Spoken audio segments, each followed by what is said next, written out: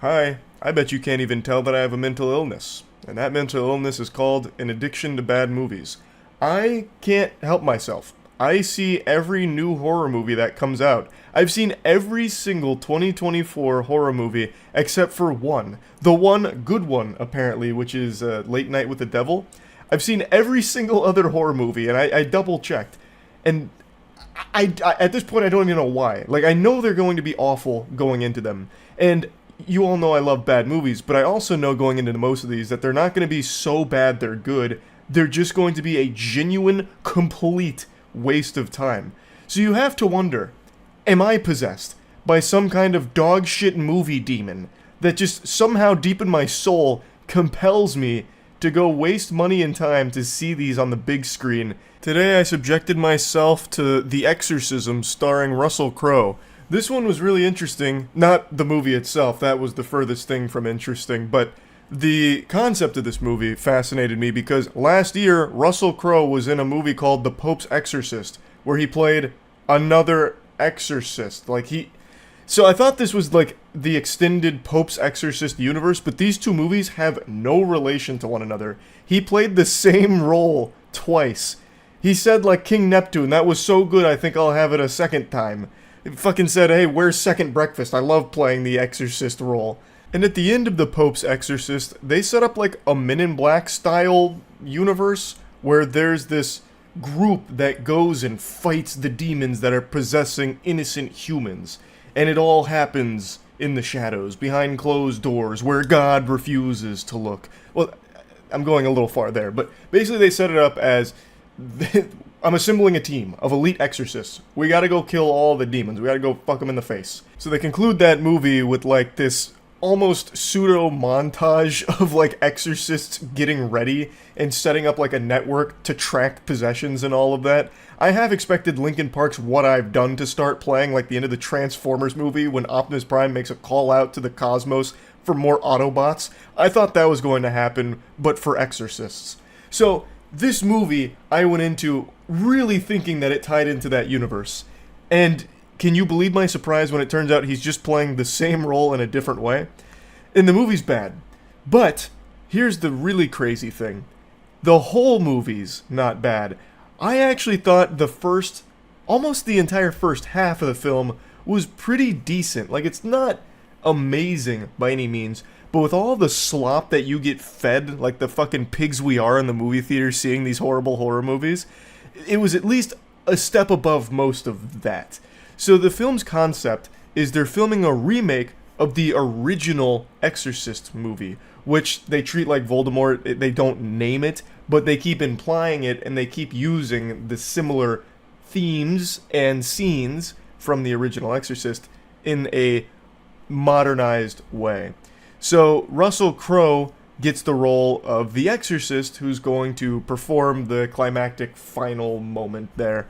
And he gets the role because the person prior to him got attacked by a demon on set and killed, and it led Russell Crowe, who was an actor struggling with alcoholism and drugs and just a really troubled past, to land this big position. And throughout the filming of the movie, more and more creepy, evil things keep happening as a demon has infiltrated Russell Crowe himself. And I actually really like the set here, where they have like this dollhouse, this open dollhouse that they're in filming the scenes, and Russell Crowe's struggling with the material, and the director's saying some really mean things to him, actually just talking shit like it's a League of Legends lobby, getting real toxic to try and bring out the best performance of him. His daughter also hates him because he's an alcoholic drug addict who abandoned her and her mother when the mother had cancer, and he was out apparently just getting high, getting drunk, and chasing pussy, as the director called it. So they set him up as like some irredeemable piece of shit who's doing everything he can to just get this last great performance in. Like, he really wants to nail this role, but just can't seem to do it. So as he's trying, he just keeps getting worse and worse. The demon infiltrates him deeper and deeper. And the performance from Russell Crowe is pretty good. Like, it actually seemed like he tried very hard in this role. The daughter's performance was really good too. Like, they actually tried to put their best foot forward for this movie, and it's such a shame that it all completely falls apart and wasn't worth trying for in the end. So, like I said, I do think the first half is at least decent. Like, I find it to be a compelling story that I haven't really seen before like this. It started off pretty self-aware, and then it completely lost that and fell into almost a parody of itself. But I will say, even in the first half, which is definitely the best part of the film, which I guess really ultimately isn't saying much. That's like saying the best part of a poop is when it comes out of your butt. It's like, okay, I guess. So, like, the first half, they still don't set up scares very well. They actually do build tension okay, but there's no real scare that happens or anything that ever comes from it with all the tension. They usually just take the cheapest way out with, like, the lamest jump scare ever, where it's just like a really quick loud noise of something that just kind of appears out of nowhere. So, like, example, Russell Crowe's getting, like, possessed. The daughter sees him just kind of standing, like, sleepwalking. She goes up to him, and they just stand there staring, or she just stands there staring at him for a second while he's doing this. And then all of a sudden he snaps out of it going, and it's like, okay, I mean, I guess. Like, they built up tension for, like, 3 straight minutes, only for that to be, like, the big payoff scare. And it's just very silly. Like, it just is. Like, that's silly. Like, you laugh at that, not go like, oh, jeez, jeepers. No one goes like, zoinks, you got me with that. It's just, oh, okay, loud noise startled me. That's a really silly loud noise. There's also just a lot of things in this movie that they kind of set in place and then do nothing with. So, like, the director, he's clearly a bad guy. He is a villain saying some heinous shit to Russell Crowe's character, Anthony, and he gets nothing for it. Like, the demon gets very upset at him, but then does nothing to kill him or, like, you know, give him any level of, like, comeuppance or anything, even though they really set it up like that was going to happen. It just doesn't. There's also a romance plot with his daughter that also just doesn't go anywhere. Like, I guess the only reason it's there is to show that not everything in her life is terrible, but it doesn't lead to anything, and they end up abandoning the relationship subplot. So, I feel like at some point, apparently this movie went through a lot of delays. I feel at some point they just said, fuck it, we're going to Frankenstein this, we're going to cut something together the best we can and just send it. And it does feel that way. It's just very rushed, especially at the end. Also, Sam Worthington's in this movie. Huge actor. He has maybe 3 scenes. Why even bother putting him in this pile of shit?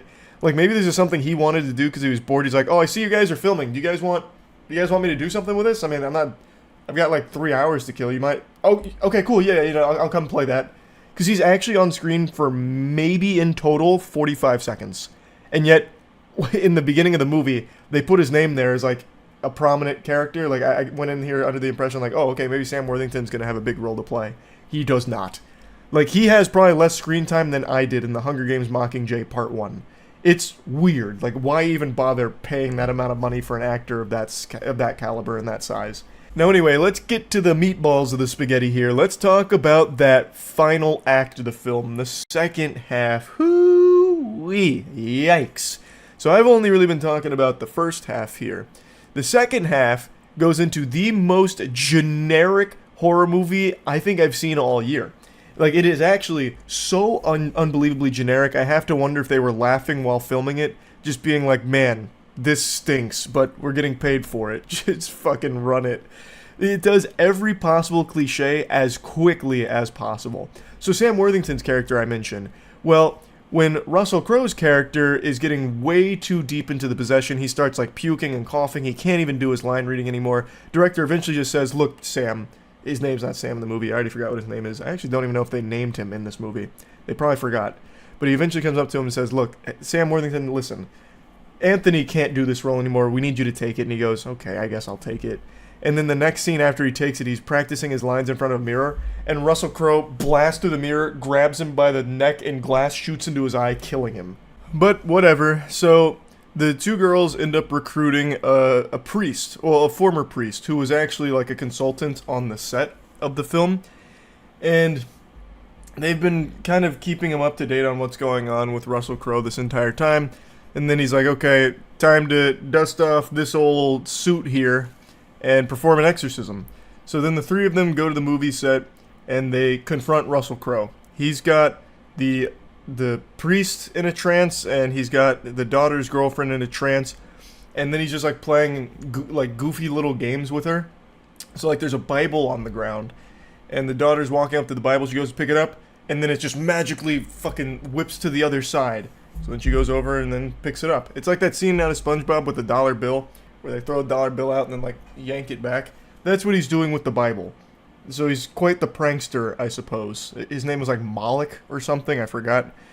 And then she starts reading from the Bible, and then Russell Crowe sits there and he's like, "You don't believe those words, do you? I know you don't believe those words." And he just sits there like lecturing her, goes on like a monologue about why Russell Crowe's not worth saving. Why? Like, why are you even bothering to have this conversation? This is my biggest pet peeve about horror films, where like the evil demon entity gives the tools sometimes to the people fighting him. To, like, why? Why? Like, there's no self-preservation from the demons? What, they'd go through all this effort, this elaborate plan of possessing someone, and all of these steps, just to allow the good guys to get all of the necessary tools while they watch. Like, this demon could have killed all of them. Why put them in a trance? Why let her get the Bible? Why let them do that, and you just sit there watching and sometimes laughing and giving a stupid speech? It's ridiculously dumb. It just shows that the writers have no idea on how to have, like, the humans combat the demon here. So they just rush through it with this cliche formulaic dog shit. So, anyway, she starts reading from the Bible. He eventually goes over to her because it's not working, and he grabs her up, choking her. And then she puts a cross on his forehead, and he's like, "Ouch, oh, it burns," which snaps the other two out of their trance. And then eventually the priest is like, "Listen, take me instead. Give them Russell Crowe back." And the demon complies, so he then possesses the priest, and Russell Crowe snaps out of it. Russell Crowe then starts reading from the Bible, which bursts into flames, another classic horror movie trope. And he's like, "The Lord forsakes you, clearly. You're irredeemable trash is what you are." But then the tables start to turn as he starts reciting the prayers from memory, and then the two girls behind him are saying, "Amen!" And then the demon's like, "No!" screaming. And Russell Crowe keeps his foot on the gas, saying all the holy words, and the two girls behind him going, "Amen! Amen! Amen!" And the demon's going, "Ah!" just squirming around. And then it eventually culminates with Russell Crowe taking that crucifix, taking the cross, and stabbing the old guy in the head, fucking instantly killing him. But then he goes in for round two and then stabs him up through the neck, literally impaling this fucking guy, which then sets him on fire and burns his body to ashes. You didn't even beat the demon, you just killed this guy. Keep in mind, he was like, the priest was still there. Like, the demon was using his body as a vessel. They didn't just exorcise the demon, they murdered the man. In that case, you could have just called the police to come shoot him. It would have done the same thing. So they just fucking murder this guy, and that's their triumphant moment. It's so stupid. Like, the whole final act is so bad. It's so bad. But anyway, I just wanted to kind of talk about this movie since I saw another trash horror film. It's not the worst horror movie of the year, but it's definitely a bad one. It's another absolutely horrible one to put into this very impressive 2024 for bad movies. That's really about it. So yeah. Without a doubt, the movie I just watched is the weirdest film of the year in the best possible way. It's called The Substance, and I think it's flown under a lot of people's radar because this hasn't generated nearly as much buzz as it deserves. I only heard about it because during streams, people were telling me I need to go see it. It's an incredible body horror movie. So right away, I went in this with pretty high expectations with all of the glaze it was getting. This shit was getting basted like a Thanksgiving turkey here in compliments. So I had high expectations of this film. I knew nothing about it going in, didn't even know the concept of it. I was blown away. I thought it was extraordinary. It's super self-aware in its campiness. So the concept of the film is a woman who's getting older is really struggling to come to terms with not being like the beauty standard, being the beauty girl, because she was a TV star for the longest time, and she was used to everybody just suckling farts out her butt. And as she was getting older, people stopped doing that. Her ratings were starting to drop, and she was really struggling to come to terms with that. So she gets this opportunity to try something called The Substance, which promises to bring a better version of herself forward. Prettier, younger, this and that, the whole kit and caboodle. Now, while this idea has been explored numerous times, the pursuit of perfection, unrealistic beauty standards, and all kinds of things that this movie thematically explores, it has never been tackled in a way that The Substance has done. It is so, so good. And I really think it's elevated by how self-aware it is. Very clearly, there's a lot of Cronenberg influence on a lot of what you see and a lot of what you experience with this movie, and I love it. It was so refreshing, it was gross, it was yucky, and I'll get into the nitty-gritty of it for sure, but I really do think this was a pretty special film, but not everyone is going to like it. We went with a pretty large group, and I'd say 60% loved it, and the other 40% were repulsed by it. They hated it. Drew was livid. There was steam coming out of his ears. He hated sitting through this movie so much. He wanted to be neuralized by the Men in Black just to get it out of his mind because he thought it was just that trash. And I feel like that's going to be an experience for a lot of people. There are going to be people that can really appreciate it and those that are just going to be super put off by it. I guess another thing worth mentioning that some of the people that hated it pointed out is that probably a good 20% of this movie is spent naked. So there's a lot of titty and ass and close up of booby and ass. Sometimes it came out of nowhere like a jump scare with bang, honkers. And there is a lot of that for sure. I don't think it's needless nudity or something. When it's there, there's a reason for it, but there is a lot of it there that maybe some people might find to be excessive, because there were moments where it was actually softcore porn to a certain extent, especially because one of the big things is, I'm not going to get into that because I think that's probably too big of a spoiler, but the sexuality of things does play a role in the actual plot of it all. But me personally, I was smiling ear to ear from start to finish like there was someone tickling my armpits. It had me in such a good mood. It was so fun. It was silly in all of the right ways and at all of the right moments. It was serious at all of the right moments, and the body horror is so good. Typically when something tries to be body horror in 2024, the modern age, they just do the laziest, cheapest shit ever where it's CGI blood coming out of orifices and maybe an eye poke or something. This film, it goes hog wild. It was like watching a live action Meat Canyon film. I thought it was so good. And it also does play around with the blood too. There is eruptions of blood. There's tons of guts and gore and everything.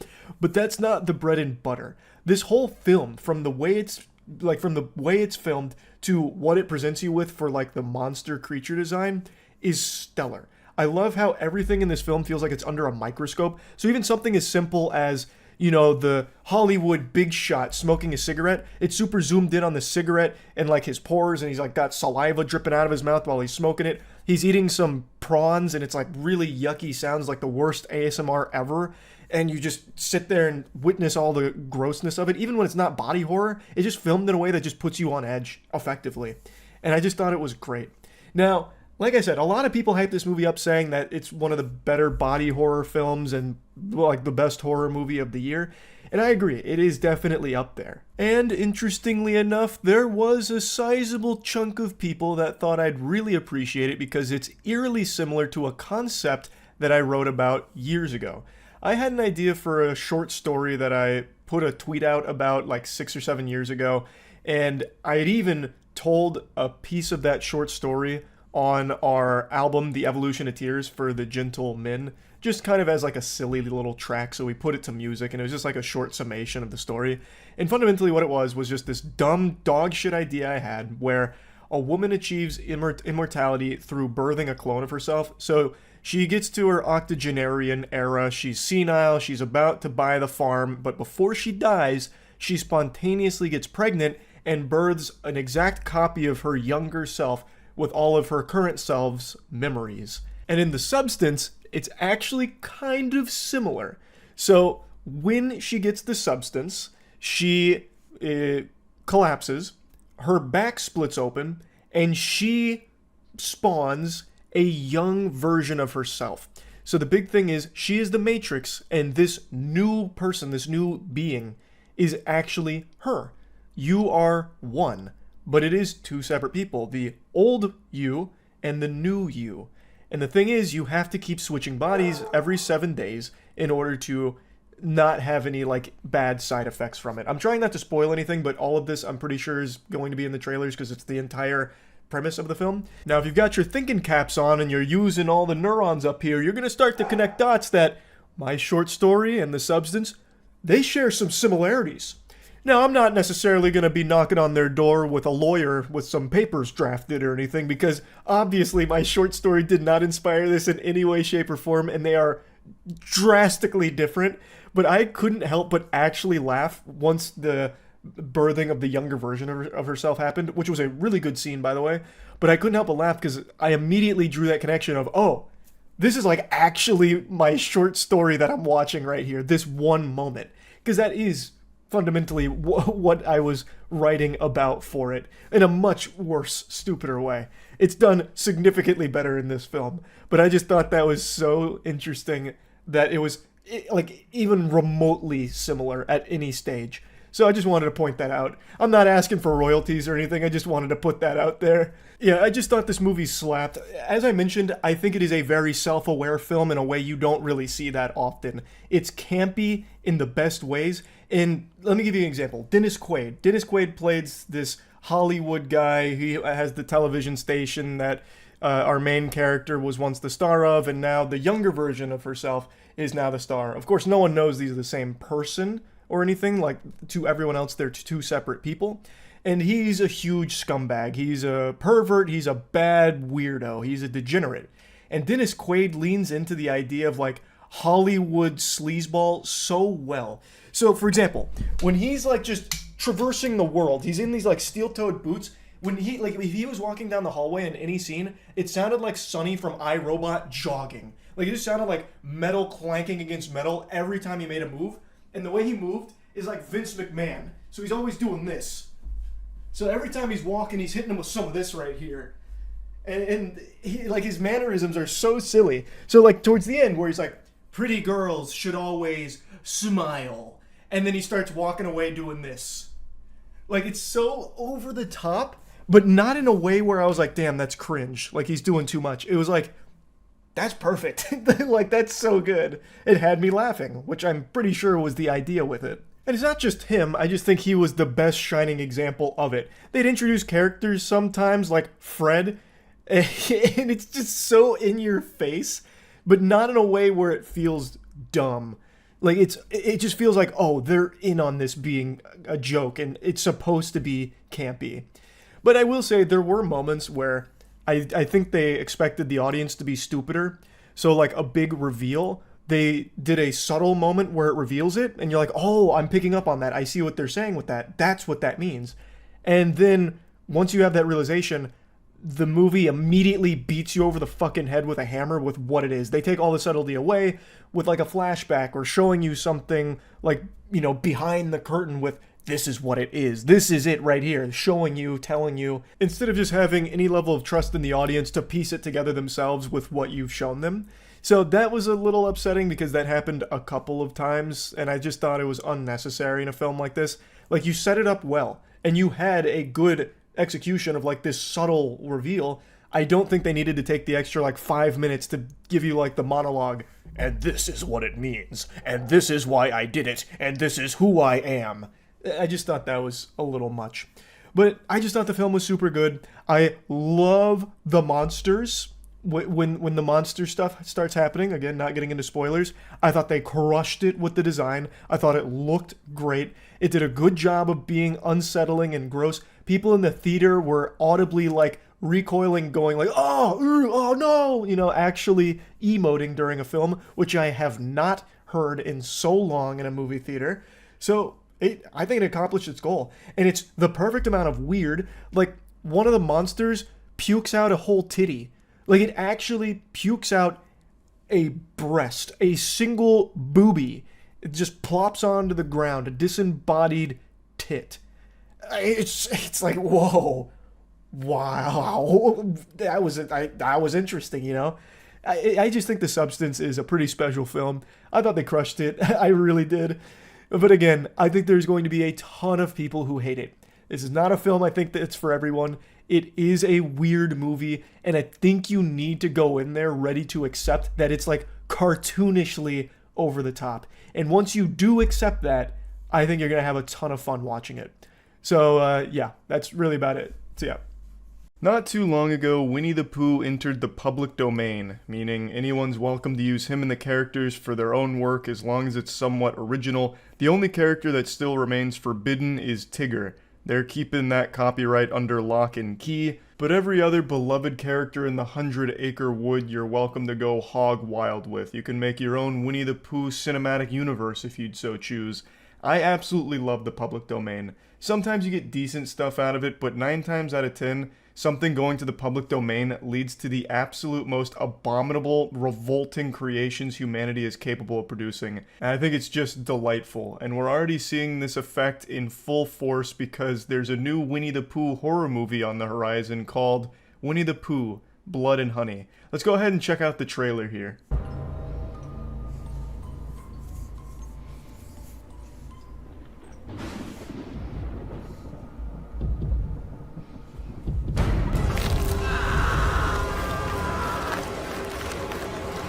The plot, I think, is outstanding. Seems like something that'd be written by Stephen King himself. Christopher Robin has abandoned Pooh and the gang, and they're upset. So now they're coming for skulls. They've gone rabid.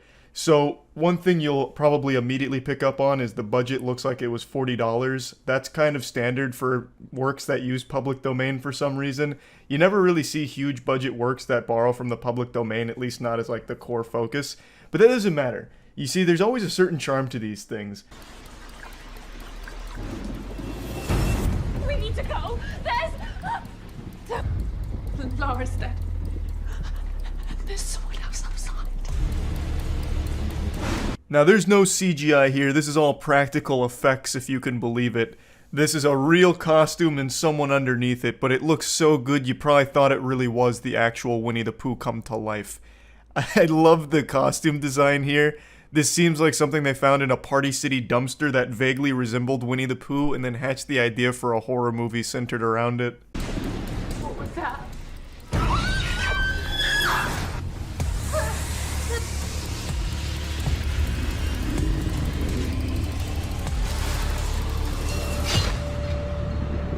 Winnie the Pooh out here looking like the original Sonic the Hedgehog design from the movie.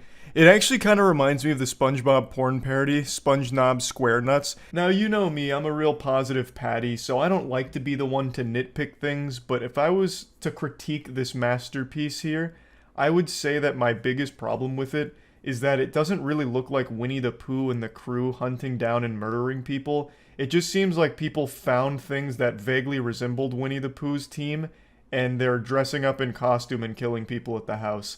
So it loses the effect of Winnie the Pooh, like the actual Pooh Bear, killing people, and just becomes like, oh, it's someone dressing up like him. So it's not as cool, I don't think. It probably would have been better if they just did shitty CGI or even like hand puppets. You know, that could be kind of wild. Claymation, even. But just having like regular looking like human bodies with a Winnie the Pooh mask, it's not really the same thing as like Winnie the Pooh's no longer addicted to honey. Now he's addicted to blood and cum, you know? It loses all of that mystique. I realize I'm not doing a great job of explaining what I mean. I just sound like someone that believes Winnie the Pooh is real. What I'm trying to say is all they're using is a mask, right? Like, the body is still very human-like. Like, they just have normal clothes on. Like, Piglet's wearing a fucking trench coat, you know? He just looks like some edgelord from a video game, but he has a pig mask on. You know, nothing tells me that that's Piglet. I wouldn't see this trailer and immediately think it's Winnie the Pooh and Piglet. I'd think, oh, it's just a normal slasher movie and they're using a pig in bear mask. They should have done at least a bare minimum of giving Piglet, like, little hooves, you know, instead of just, like, normal hands. Because, like, when they have the sledgehammer or the axe, whatever it is, it's just normal hands. He's got gloves on. He's got fucking 5 fingers and gloves on. You know, instead of, like, little piggy stuff. You know, little piggy appendages. So, again, it just feels like it's normal people and wearing masks. It doesn't feel like it's fucking Winnie the Pooh's team, you know, that's come together to purge. And I feel like that's what they should have gone for. Be friends, why are you doing this, please? I would have never left, I swear, I swear.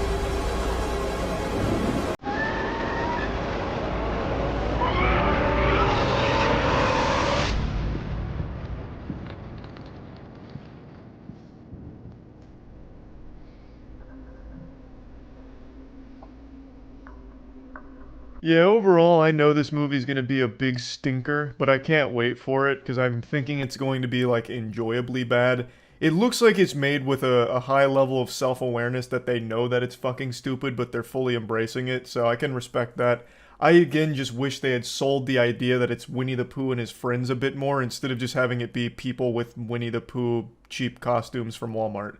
You know, there's definitely a better way of doing it, I think. But I'll try and remain somewhat optimistic here. Winnie the Pooh is a property that's awfully close to home for me. I, of course, used to watch the cartoon. I even had a couple of the games. I had a lot of Winnie the Pooh merch, so I was a big Pooh Bear fan.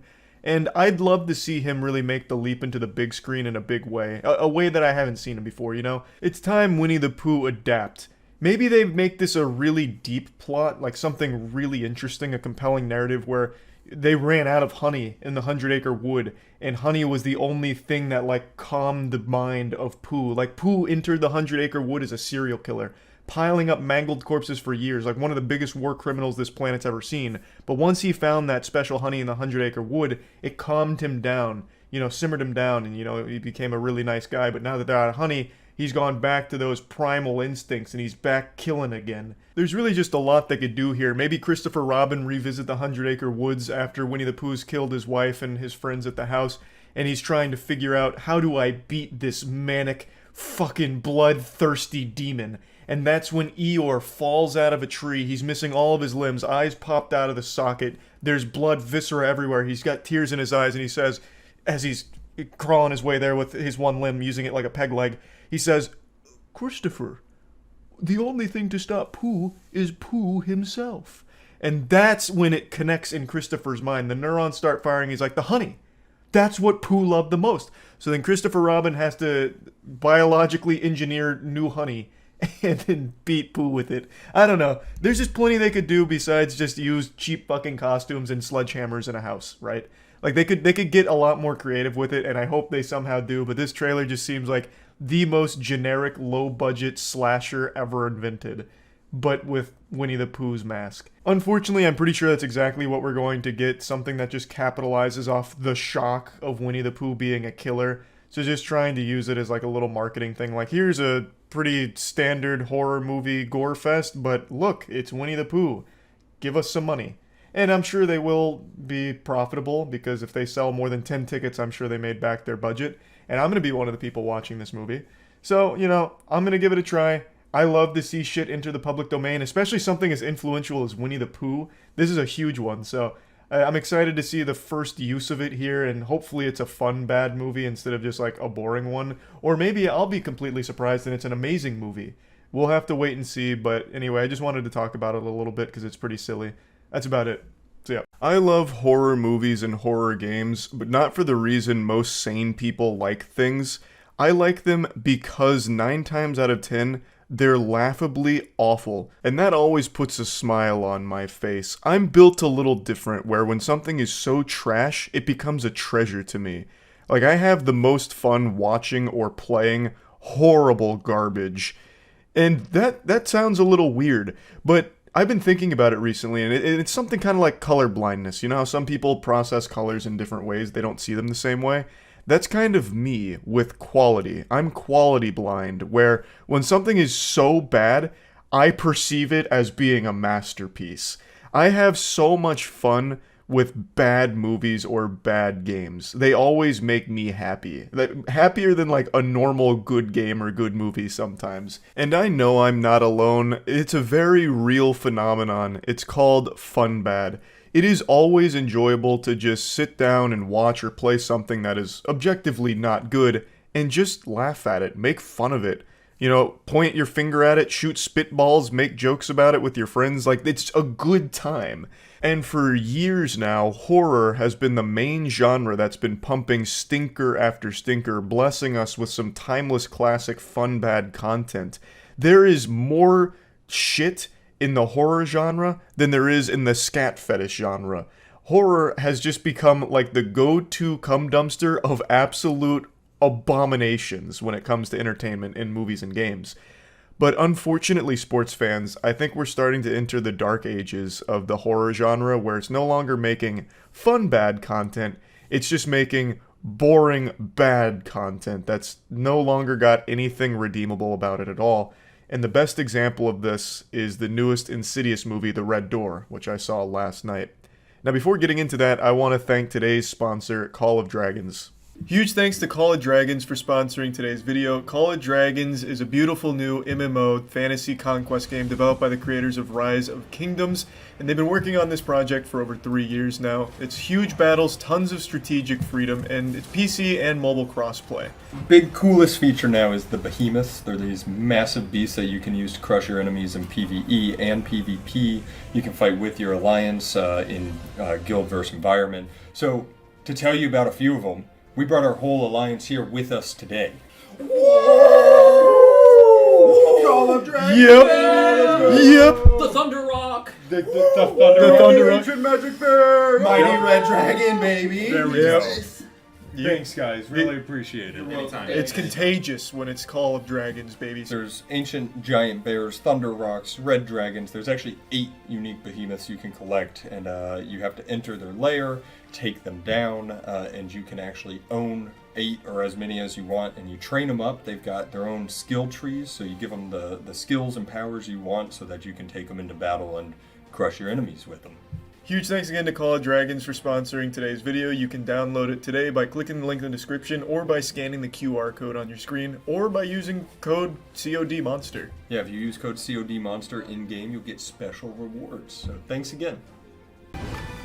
Magic, monsters, mastery. This is the 5th Insidious movie, and it is long overstayed its welcome. The party's over, the music stopped fucking 2 movies ago, and yet it's still here trying to party, and it's just embarrassing now.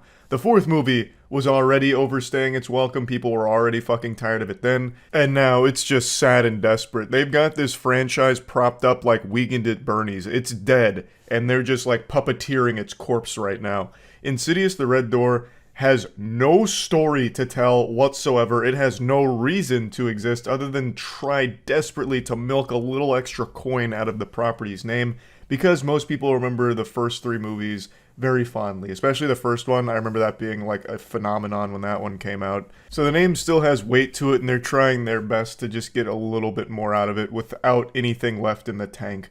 So the reason I'm not making a moist meter on this is because I really want to dive into just what makes a horror movie no longer fun bad, and it just becomes a sad, worthless experience like Insidious The Red Door. So I will be getting into spoilers a little bit in this. I'm not going to spoil the whole thing or anything like that, but I do need to get into specifics in order to make the point that I'd like to make. Now, Insidious The Red Door is again the 5th entry in this franchise, but the beauty of that is you don't need to see any of the other ones to be caught up to speed on this, because it doesn't really tie into anything, and the only thing that it has is loose connections in the same characters from the previous films. You don't need to know anything about their history. You don't need to know anything about the world that it's in. It doesn't even really need to give you a refresher course on it, because everything that happens starts after a hypnotic memory erasing moment.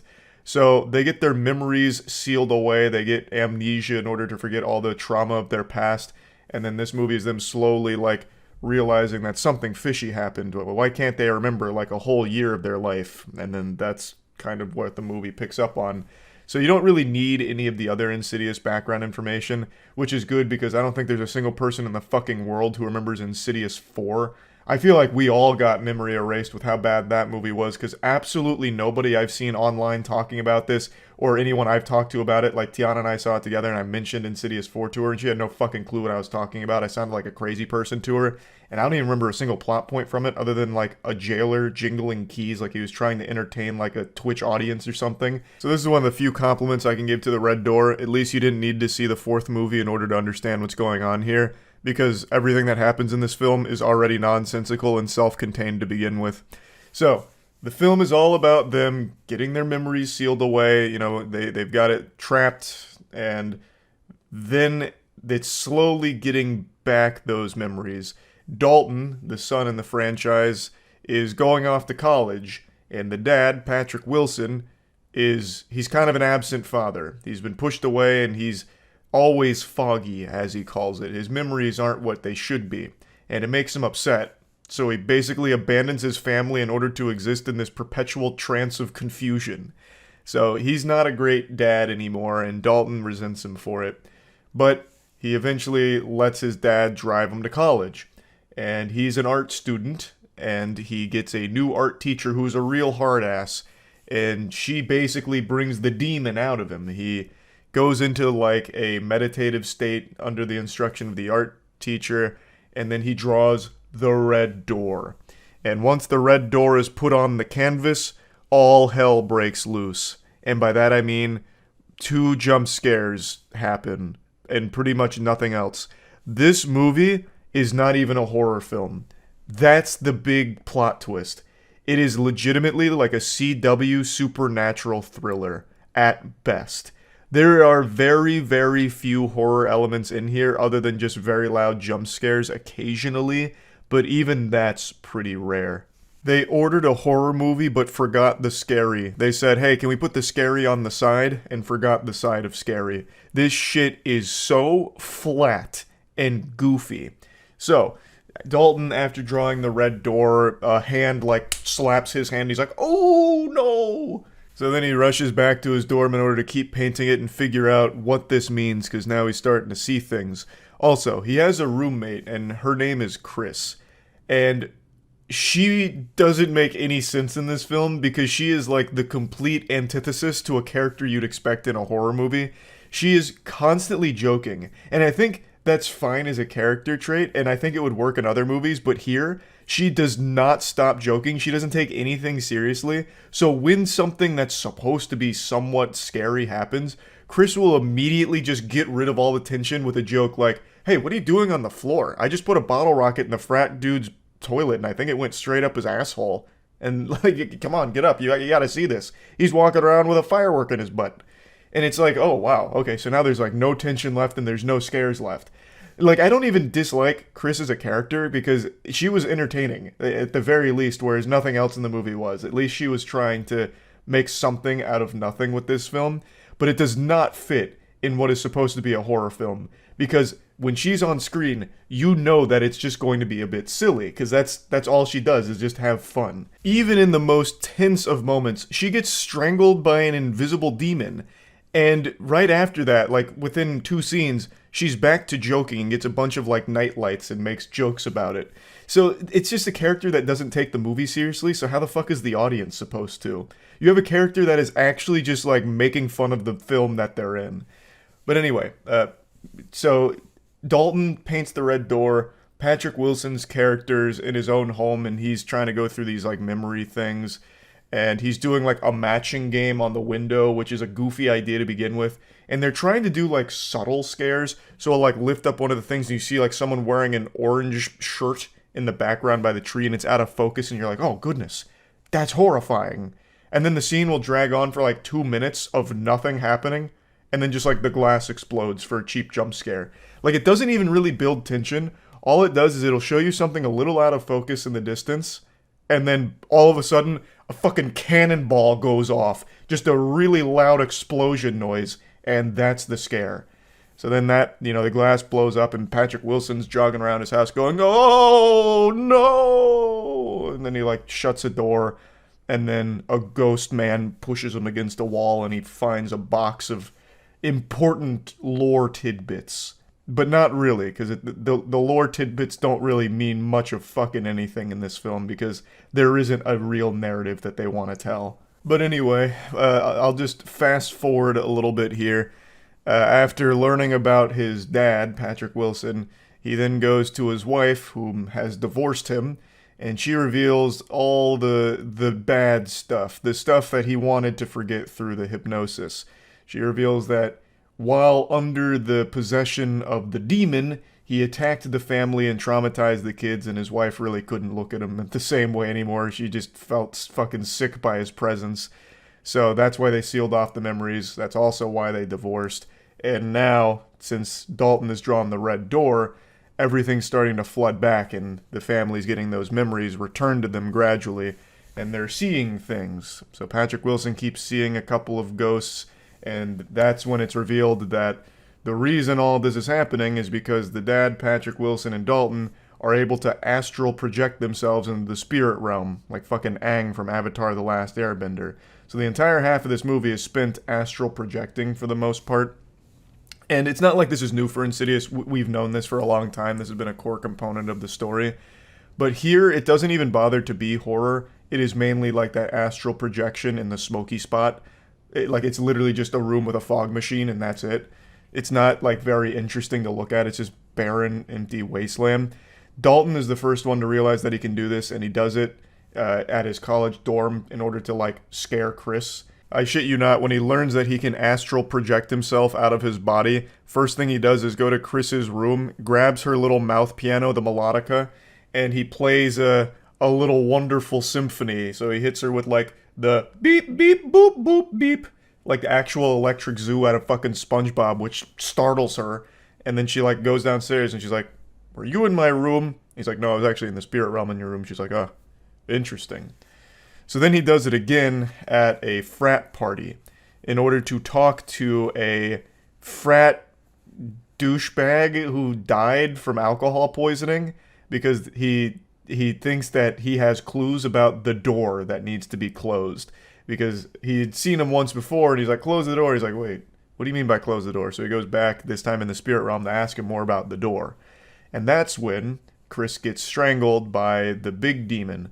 So in the Insidious franchise, the main bad guy is the lipstick face demon, I think is what he's called. He's that goober goofball who's like kind of red, but also just kind of silly looking. And his signature move in the spirit realm is he always puts a Tiny Tim record on the player. You know, the guy who sung the song, like, Living in the Sunlight? Living in the sunlight, loving in the moonlight, having a wonderful time. That guy. He always plays that music in the spirit realm, and it's supposed to be unnerving, but it is so cringe. That kind of shit is in horror movies and horror games out the wazoo. Tiny Tim, like the music from Tiny Tim, has become a horror movie and horror game staple for low budget, low effort productions. And I feel horrible for that. That's so unlucky for Tiny Tim's music. But yeah, that's what the demon does in the spirit realm. It's that guy. And he's breaking into the real realm because Dalton keeps astral projecting. And I don't want to get into like really deep spoilers, so I'm just going to be a little broad here. But eventually, Patrick Wilson learns that Dalton is in trouble because Lipstick Face Demon is taking over his body. So Patrick Wilson, astral projection to the spirit realm, tries to find Dalton. Dalton's struggling, and his body in the real world has now been taken over, and he might hurt Chris. So the movie, within the last, like, 20 minutes, very desperately wants to be over. It very, very much tries to speed run through everything in order to just end quickly and be done. It didn't want to be a long movie because it didn't have a story to tell. It was already running so thin. So they really just shoehorned in the most cliche shit imaginable at the end here. So basically, Patrick Wilson's spirit projects himself, or astral projects himself, somehow immediately finds Dalton. It breaks his chains with a fucking hammer. Also, I'm just getting into fucking full spoilers here. I'm sorry. I said I was going to be broad, but I actually just can't talk about how silly this is without just being specific. So major spoilers here for how the movie ends. I'm doing you a favor, though, really, because I don't recommend seeing it because there's nothing redeeming about it. It's not fun bad. But anyway, Patrick Wilson swoops in like a hero. Dalton has still hated him all the way up until this point, and now Dalton's memories have unlocked, so he remembers that his dad tried to hurt him. But Patrick Wilson breaks the chains with a single fucking hammer hit and frees Dalton from Lipstick Face Demon's control. And then they both run away and close a door behind them, to which Dalton then puts paint on it and seals it forever, like a fucking sarcophagus, just entombs the demon back in that record-playing realm. And that's so fucking dumb. Like, I think that is so lazy, because everything just is a plot convenience. Patrick Wilson somehow astral projects and gets to the exact spot he needs and finds Dalton, who is buried under a bunch of chairs, and is able to break his chains very easily with a hammer. And then the Lipstick Face Demon, for some reason, is following them very slowly. And this is the worst fucking trope in horror films. The demon is always just so fucking lazy. He had unlimited opportunities to stop them and thwart their escape, kill them, anything, possess them. But for some reason, he's more than content to just watch and do nothing. And even when he has Dalton's body completely under his control, instead of killing Chris, he just does goofy smiles and bobs to the side like that, and nothing else. The horror movies of the modern age just make the big bad demon or ghost or whatever seem so fucking incompetent, like actual bumbling imbeciles. They have an unreal amount of time and opportunities to kill these people, or at the very least, just stop them from thwarting their plan. But they choose not to. They must enjoy it to some level, because again, the demon in this movie actually watches him free Dalton, slowly waddle their way around this realm, and he just stands there watching and he goes, ah, like just makes a loud noise. And that's it. Nothing else. And then when they finally close the door, then the panic sets in, so now the demon like punches a hole through the door and he's like slapping him around like, let me out, let me out. Even though he could have just stopped him fucking 5 minutes before that. An unlimited amount of opportunities. It's just so stupid. Like, it's not fun bad, it's just kind of frustrating to sit there and watch it. Because it's boring. It's fucking boring. This happens a billion times in horror movies. Like, it is the most cliche shit ever. I'm so tired of seeing it. Like, I love fun bad movies, but Insidious the Red Door and movies like it are no longer fun bad. They're just copy and pasting the homework from other horror movies of the past and doing nothing different or interesting. And it's so lazy that it's not fun bad. And it makes me upset. It's just a waste of time. It is a cash grab off the Insidious name, and it has nothing to offer. It is just a waste of your money and waste of your time. So I wanted to rant about that a little bit because I'm a little concerned that horror movies going forward aren't going to be fun bad anymore. They're going to follow the Insidious Red Door formula of just doing the exact same thing a million times over. And it's going to lose all of its luster. Horror games have already been going this direction. A lot of horror games that come out these days are just the same old walking simulators that do nothing different. It's just the same jump scares, same walking simulators, so they're fucking boring now. It's very rare that you get a fun, bad horror game. But now it seems like movies are starting to go that direction too, and I think Insidious, The Red Door, has really set the bar for what I think a lot of these are going to look like, which sucks. So just wanted to talk about this a little bit. That's really about it. So, yep. Wow. Yeah, I just saw the Winnie the Pooh horror movie, Blood and Honey, and it is, without exaggeration, one of the stinkiest horror films I've ever had the pleasure of watching, and undoubtedly in the top 10 worst films I've ever seen in theaters, which is truly an honor, because I've seen all kinds of worthless, absolute trash. Now, I'm sure you all know Winnie the Pooh's public domain now, which is why this film was able to be made in the first place. This isn't like an official Winnie the Pooh production. It's not canon. This isn't going to be part of the established Winnie the Pooh lore. The property went to the public domain Thunderdome, meaning anybody could use and abuse it freely. So a lot of people tried to latch on to the tit and suckle some milk out of the power of the IP. And this led to this production here. It was a very cheap one that was haphazardly thrown together, clearly trying to capitalize off the wackiness of its concept. What if Winnie the Pooh killed people? And that's about it. That's as far as the creativity goes. And it's very clear they rushed the fuck out of this because nothing works. This is the laziest, most unapologetic cash grab I've ever seen in my life. But it doesn't even have the decency to be self-aware. It is bad at everything it tries to do, and it doesn't even do it with like a smile on its face. Of course, I knew going into this it was going to be bad. Anyone with eyes could see that this would be dog shit. I mean, just look at the costume. They didn't even bother putting any effort into Winnie the Pooh or Piglet. They just found the cheapest masks available at Party City, and then just had two guys wearing the masks. That's it. They also have human hands. And also, a lot of times, the mask kind of rides up a little bit, so you can just see like a normal human actor underneath the mask. It's just a disaster. This is one of the few films where I actually took notes during it because I felt like I was so insulted and I couldn't believe what I was watching.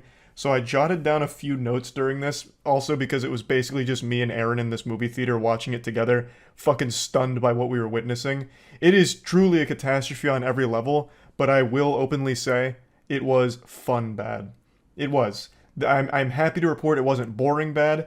Its sheer incompetence and its inability to do anything right while not being self-aware made it a fun, enjoyably shit film. So I'd like to walk you through a lot of what happens here. Clearly we're going to get in spoiler territory, so fair warning, though I don't know why you'd give a fuck about spoilers for this kind of movie. It's not exactly heavy on the narrative at all. So let's go ahead and dive in. Just to give you a quick example of how much they cared about doing this cheaply, they don't have Winnie or Piglet talk. They clearly wanted to save money on the budget by not having additional voice actors try and impersonate Winnie or Piglet, so they came up with this. During a harsh winter, Winnie the Pooh hatched this genius idea to eat Eeyore in order to save the rest of them. So they sacrifice Eeyore for the greater good, they eat him, and then take a vow of silence because they were so traumatized by what they had done to their friend. So they never speak. So that saved them some money. The story is as follows. Christopher Robin meets Winnie and the gang in the 100-acre wood. They're friends for a while, but Christopher Robin goes off to college, and during that time, the group goes fucking hog wild. They go insano style. Their minds break. They turn to madness, and they become these ferocious killing machines for some reason, because they felt abandoned by Christopher Robin. But Christopher Robin is now engaged, and he wants to bring his fiancée into everything that was important in his life, which includes Winnie and the gang. So they visit the 100-acre wood looking for them, and his fiancée doesn't believe him. But then we get like Darman level acting throughout the entire film, but immediately it starts to shine because his wife is like, "You are so successful because you are creative. And even if these are imaginary friends, that business that you have made and you being as creative as you have been has led to you being one of the best people in the world, Christopher Robin. But I'm not sure if they're real." And Christopher's like, "But no, fiancé, these are real." And then sure enough, they eventually stumble upon the cabin, and then Piglet grabs a chain and strangles his wife till she dies. And then Christopher Robin gets cornered by Pooh and Piglet, and he drops what I believe to be one of the most iconic lines in horror movies now. He says, "Pooh, you've got to help me. Something's wrong with Piglet. He killed my wife." and then that's when it sinks in on Christopher Robin that they're all, off their gourd. So Pooh and Piglet start closing in on Christopher Robin as he's yelling and screaming. And he's saying, "We were friends, but we were friends. We were friends. What happened to us being friends?" And then they kidnap him, and that's the intro. A fierce and fiery start to this one. And I'd like to mention that the two actors in the Winnie and Piglet costumes, I wouldn't be surprised to learn that they're like 80 years old, because they move around so fucking slow. Especially Pooh Bear. Pooh Bear fee-fi-fo-fums around like he's carrying 1,000 pounds on each ankle. I thought for a second every time they moved, they slowed down the footage by like half. Like they moved at 0.5 speed. It really looks like they're riddled with arthritis. Every movement they make is extremely stiff. When they kill somebody, it's almost like animatronic to a certain degree. Like, it's so jarring. I would have expected them to be a little more limber since they're supposed to be like these crazy, agile, unstoppable killing machines. But my god, they are painfully slow and stiff. It's weird. But anyway, moving on. So that's the intro done. And then we get to our main characters. And I couldn't even tell you any of their names because it just genuinely wasn't important. They are actual just meat balloons for Winnie and Piglet to pop. So it's a group of girls that go to this cabin in the 100-acre wood for a vacation. And this is a no-technology vacation. They want to go off the grid, like in fucking witness protection, basically. So they turn their phones off and everything is when they get to the cabin. But unfortunately, one of their friends was a little late, so when she was calling them to ask for directions, they didn't answer. So she pulled over outside, like next to the cabin a little far down the road, and was trying to get them to answer. And as she's calling, Pooh Bear spots her. And this is very bad because Pooh Bear's got a taste for blood and he's gluttonous. So Pooh Bear starts chasing her down like this. The girl's screaming. She eventually makes it to some kind of like warehouse and takes cover underneath a wood chipper. You can see where this is going. As she's hiding, Pooh happens to find her. And I shit you not, I swear this is going to sound like I'm making up, but I'm not. Pooh grabs her and then rips her shirt off. And then her tits are flopping all over the place for a minute, and Pooh's like moving her around so her tits kind of jiggle. And then he starts slamming her head against the wood chipper till she dies, and then he puts her in the wood chipper to make a blood sundae out of. So it's shooting all of her blood and guts out of the wood chipper, and that's it. I don't understand what the point was in Pooh Bear stripping her nude, basically. Well, I guess not fully nude, making her topless. I don't really get it. I thought this was going to be like some kind of narrative plot point where like he sees her tits and his eyes just go like awooga or something to indicate that he's like a pervert, like truly just the most, reprehensible menace of all time. But it played no role in anything because Pooh doesn't talk, he has no emotion, he has no real character, he just kills. So what the fuck was a point in just like having her tits all over the place for like 20 seconds? And that's another thing. All of these kills, the directors confused tension with just general time and dead silence and dead space. So when she's hiding, it is painfully long of her just sitting there and Pooh's feet by the door. It'll go on for like 45 seconds of nothing happening. It's not building tension, it's just overstaying its welcome and it's just dead space. It's fucking worthless. And that's for every single kill. The director really just thought like holding a still frame of something in the background is building tension, and it's just not. It was just really mind-numbingly boring, and it really lasted a long time. Like in the intro, when Christopher Robin was saying, but we were friends, and Piglet and Pooh were coming in, that scene was probably about 2 minutes of them standing there, slowly getting closer, as Christopher Robin repeated the same 5 lines over and over again, like it was an NPC malfunctioning in a video game. It was painful how long those scenes would drag. But anyway, moving on, so that girl got thrown in the wood chipper. Back at the cabin, one of the girls is an Instagram model, so she's in her downtime playing music in a hot tub, and while Pooh Bear is dispensing of like this corpse, this skeleton of one of their victims, he hears the music, so he looks around, and then he sees the hot tub. So as she's taking Instagram pictures, you can see Pooh in the background, and the girl notices that too, and she's like, oh, what the fuck is this? That's a weird looking creature back there. So then she turns around, literally knows Pooh is there and knows that it's some kind of fucked up abomination back there, and she's like, I know you're there, but you're not gonna ruin my vacation, or what was the line? You're not gonna ruin my hot tub or something? I don't know, it was a terrible line, but she recognizes that there is a complete stranger in these fucking woods, this giant fucking animal recognizes that, and then just says, you're not gonna ruin my time, so she gets back in the hot tub, where she gets chloroformed by Piglet and Pooh Bear. So then they fucking hog tire on the front porch and then steal one of their cars, and Piglet puts his foot on her while Pooh Bear slowly drives over her skull, and then you get a close-up of her skull slowly exploding, so her eye pops out at the camera, and then blood starts squirting, and they're using the worst CGI of all time for the blood squirting, and eventually her head just pops and blows up. The genre that this movie's in is torture porn, pretty much. Like, that is basically all it is. It's just Winnie and Piglet torturing and killing people. I even forgot to mention that Christopher Robin is being tortured by Pooh. He was hitting him with Eeyore's tail, just, like, fucking flogging him with it. And this is what I'm talking about with a lot of things they didn't even bother to follow through on. There's a moment where Christopher Robin's like, I know you're still good in there, Pooh. This isn't you. You killed my wife, but I know you're still good in there. And then Pooh has this moment where he, like, cries, and then he breaks some boxes, and then he looks at himself in the mirror, and then he goes back to hitting him with Eeyore's tail, and it's never explored again.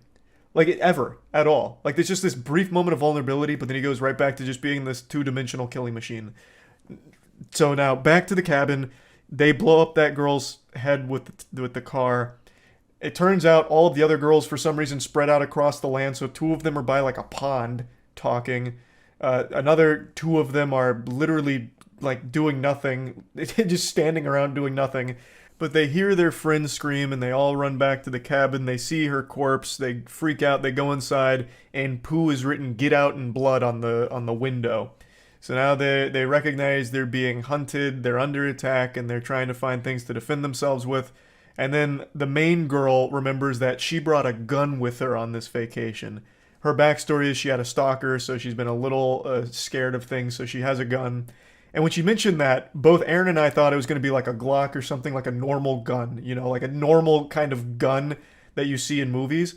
Well, it turns out the gun she brought is a fucking revolver. But not just any revolver. It's like a goddamn 6-shooter straight out of Overwatch. Like, she was fucking McCree. She had this giant goddamn revolver. She came out here with that big iron on her hip.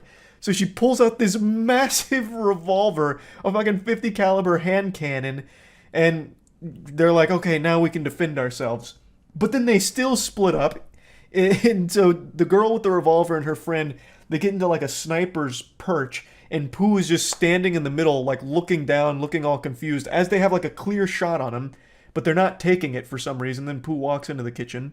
So then we go to the other group of 2 girls that for some reason split off near the pool, and Piglet's over there, and they freak out. One of the girls falls in the pool. The other one, Piglet pushes, and she gets knocked unconscious. And then Piglet, fuck, it is so hard to describe how awful this is. Piglet is after the girl in the pool, and he has a chain and a sledgehammer. And he starts like slapping the chain against the pool water, trying to get her, and the girl's like moving backwards, like slowly in the pool as Piglet's hitting the water. And this goes on for like 2 minutes. It's terrible. And then eventually he's like, this isn't working, I'm gonna get the sledgehammer. And while he's getting the sledgehammer, the girl, instead of like getting out of the pool, like a normal logical decision, like getting out of the pool and running away while he's getting the sledgehammer, she instead like gets closer to him in the pool. And I thought this was going to be like a fight back moment where she's going to like grab the chain and yank him in and try and kill him. But no, she just gets closer to him as he gets the sledgehammer. Then he gets the sledgehammer and she starts backing up again in the pool, like slowly swimming her way back. And then Piglet hits her with the sledgehammer and kills her. And then the girl that got knocked out from the push, they take and chain up back at their camp. And Winnie the Pooh slaps her after eating some honey. So he's eating some honey. The girl wakes up. He notices she wakes up and he slaps her. And he slaps her again, and then he slaps her again, and then he slaps her again, and then he slaps her again. It goes on for like a fucking minute. That's what I'm talking about. All of these scenes last for so long, and it's so unnecessary. It does nothing. It doesn't make it more tense. It doesn't make it more brutal. It just makes it really fucking weird and uncomfortable. Anyway, that's another one of the vacationing girls dead. Don't even know her name. None of these characters had any level of depth to them whatsoever. The other 2 girls that have the revolver and her friend, they try and, track down where her friend got taken. They eventually track it back to Winnie the Pooh and Piglet's hideout. And there's now another girl that's been captured and she's screaming. So they free her and she's been mauled by Piglet, so her face is all fucked up and it makes her mad. Then they free Christopher Robin as well at some point, who's still alive, just being tortured. So now they have Christopher Robin freed and this completely random girl that also happened to get tortured by Winnie the Pooh and Piglet. And the girl whose face is all messed up from Piglet grabs the gun and says, I'm going to make that bastard pay for this. So then she shoots a shot in order to lure Piglet out, and he comes out from a fucking trailer, and he's got his chain, and they're circling around a fire in what I expect they thought would be a cool action moment, like a cool action shot. So they're circling this fire. He's got a chain, she's got a gun, and she's ready to go fucking John Wick on him. But then she tries to shoot him, and it's out of bullets. It turns out the girl only packed a single bullet in that revolver, which leads me to believe that her plan for the vacation was to play fucking Russian roulette with her friends. Why would she only load a single bullet into the revolver? And that's not even the stupidest part about that scene. Because they freed that girl, they freed Christopher Robin, Piglet and Pooh had no idea that was going on. I think they both went to sleep for some reason. They could have all left. But when the girl took the revolver and said, I want to make Piglet pay, the other 2 girls, well 3 because they had freed her friend, the other 3 girls just decided to watch. So they get in the closest proximity they can to this showdown, which happens to be a single keg, like an actual beer keg they hide behind, and they're watching it, like peeking over the side while this complete random woman has their gun and is about to shoot Piglet. They all just came over to watch for no reason. They could have just left. They could have left and they would have survived. They would have been fine. But they decided to be spectators here, and it's like an episode of Scooby-Doo. Like they couldn't help it. They're just peeking over to watch it go down. So once it's clear that the girl's out of ammo, Winnie the Pooh comes up behind her, knocks her down, pours honey on her face, and Piglet eats her face off. And that's when Pooh notices that the 3 other girls happen to be behind that keg of beer watching. So then he's like coming at him like this. And 2 of the girls run away, but the other one hides and grabs a sledgehammer and ambushes Piglet. And she hits Piglet twice in order to get revenge for the friend that she killed. The other 2 girls are running through the forest, which is, I believe, miles away. Like, they ran miles, like, in a matter of seconds, and Pooh's following them like a goddamn robot. But after Piglet gets hit twice, he screams, and Pooh hears this miles away, and somehow Pooh instantly teleports back to the camp, and right after that girl delivers the killing blow on Piglet, Winnie the Pooh kills her by stabbing a machete through her throat and hanging her up on a post. Every character in this movie has super speed or like Dragon Ball Z level instant transmission because they're teleporting all over this place. They'll teleport from the cabin to the Pooh hideout, to the woods, back to the cabin, all in a matter of actual seconds. It's fucking crazy. But anyway, now we're down to our last two survivors. Piglet's dead. Pooh's very upset about all of this. Sorry, just checking my notes, making sure I didn't miss anything. I'm skipping over some other shit. Like, it's so bafflingly fucking terrible. But anyway, the next important plot point is the two girls make it to a road, and there's a pickup truck of some goofy dudes in there. One of them comes out looking like the fucking crypt keeper, and they're like, what's wrong with you girls? You're not making any sense. What do you mean you're scared? Who are you scared of? And then Pooh's on the road, and they're like, you scared of this joker, this clown? All right, well, get in the car. We'll take care of this. And they march up to him with baseball bats, beer bottles, and a crowbar. And they're like, hey, bub, what did you do to scare these girls? You're not a nice guy, are you? So then they start beating up Pooh Bear, and he's just tanking all of the shots. And then I wrote down how he kills them because it's so wild. So after it becomes clear that what they're doing is ineffective, Pooh slaps the entire side of someone's face off, like literally turns him into Harvey Dent, Two-Face, slaps the side of the guy's face off, which kills him, and then he karate chops another guy's arm off, and then curb stomps him. Then he karate slices another guy's throat open, killing him. And then the last guy, he summons a swarm of bees to kill. So Pooh Bear can control bees in this universe, I guess, and he uses that to kill that guy who runs away. Then the girls freak out, but they have a car now, and they try and get away in the car, but Pooh's latched on to the back, and then they brake real hard. Pooh flies off, but for some reason they broke so hard that their heads hit the dash and they pass out. So then one of the friends gets grabbed by Pooh, and then he rips her head off and then throws it on the windshield. And then our protagonist turns on the windshield wipers because the blood was gross, I guess, which is so stupid, so fucking dumb. Because I guess she was still going to try and get away and could see with their friend's head in the windshield. But she wasn't able to clean it off fast enough and start the car, so Pooh grabs her. And he's about to kill her, but then Christopher Robin comes speeding in another vehicle and hits Pooh, which stuns him, but it doesn't kill him. So then Pooh grabs that girl one more time, slits her throat in front of Christopher Robin, and then says the only line that Pooh and Piglet have, and he says, "You left us." And then, after, kills the girl, slits her throat, and then just starts stabbing her a million times as Christopher Robin cries and runs away. Roll credits. I just summed up the whole movie for you. That is the whole movie. I am convinced that they were padding for time with all of those very long, drawn-out sections of, nothing happening. I think that was in order to fill time, in order to make, the bare minimum for a feature-length film, because this movie is fucking short. Way shorter than I would have ever expected. It's over in, a single blink of the eye. And everything that happens is so half-baked and terrible. All of it looks terrible. None of what they even attempted to do lands in even the slightest capacity. I thought this would be self-aware goofiness.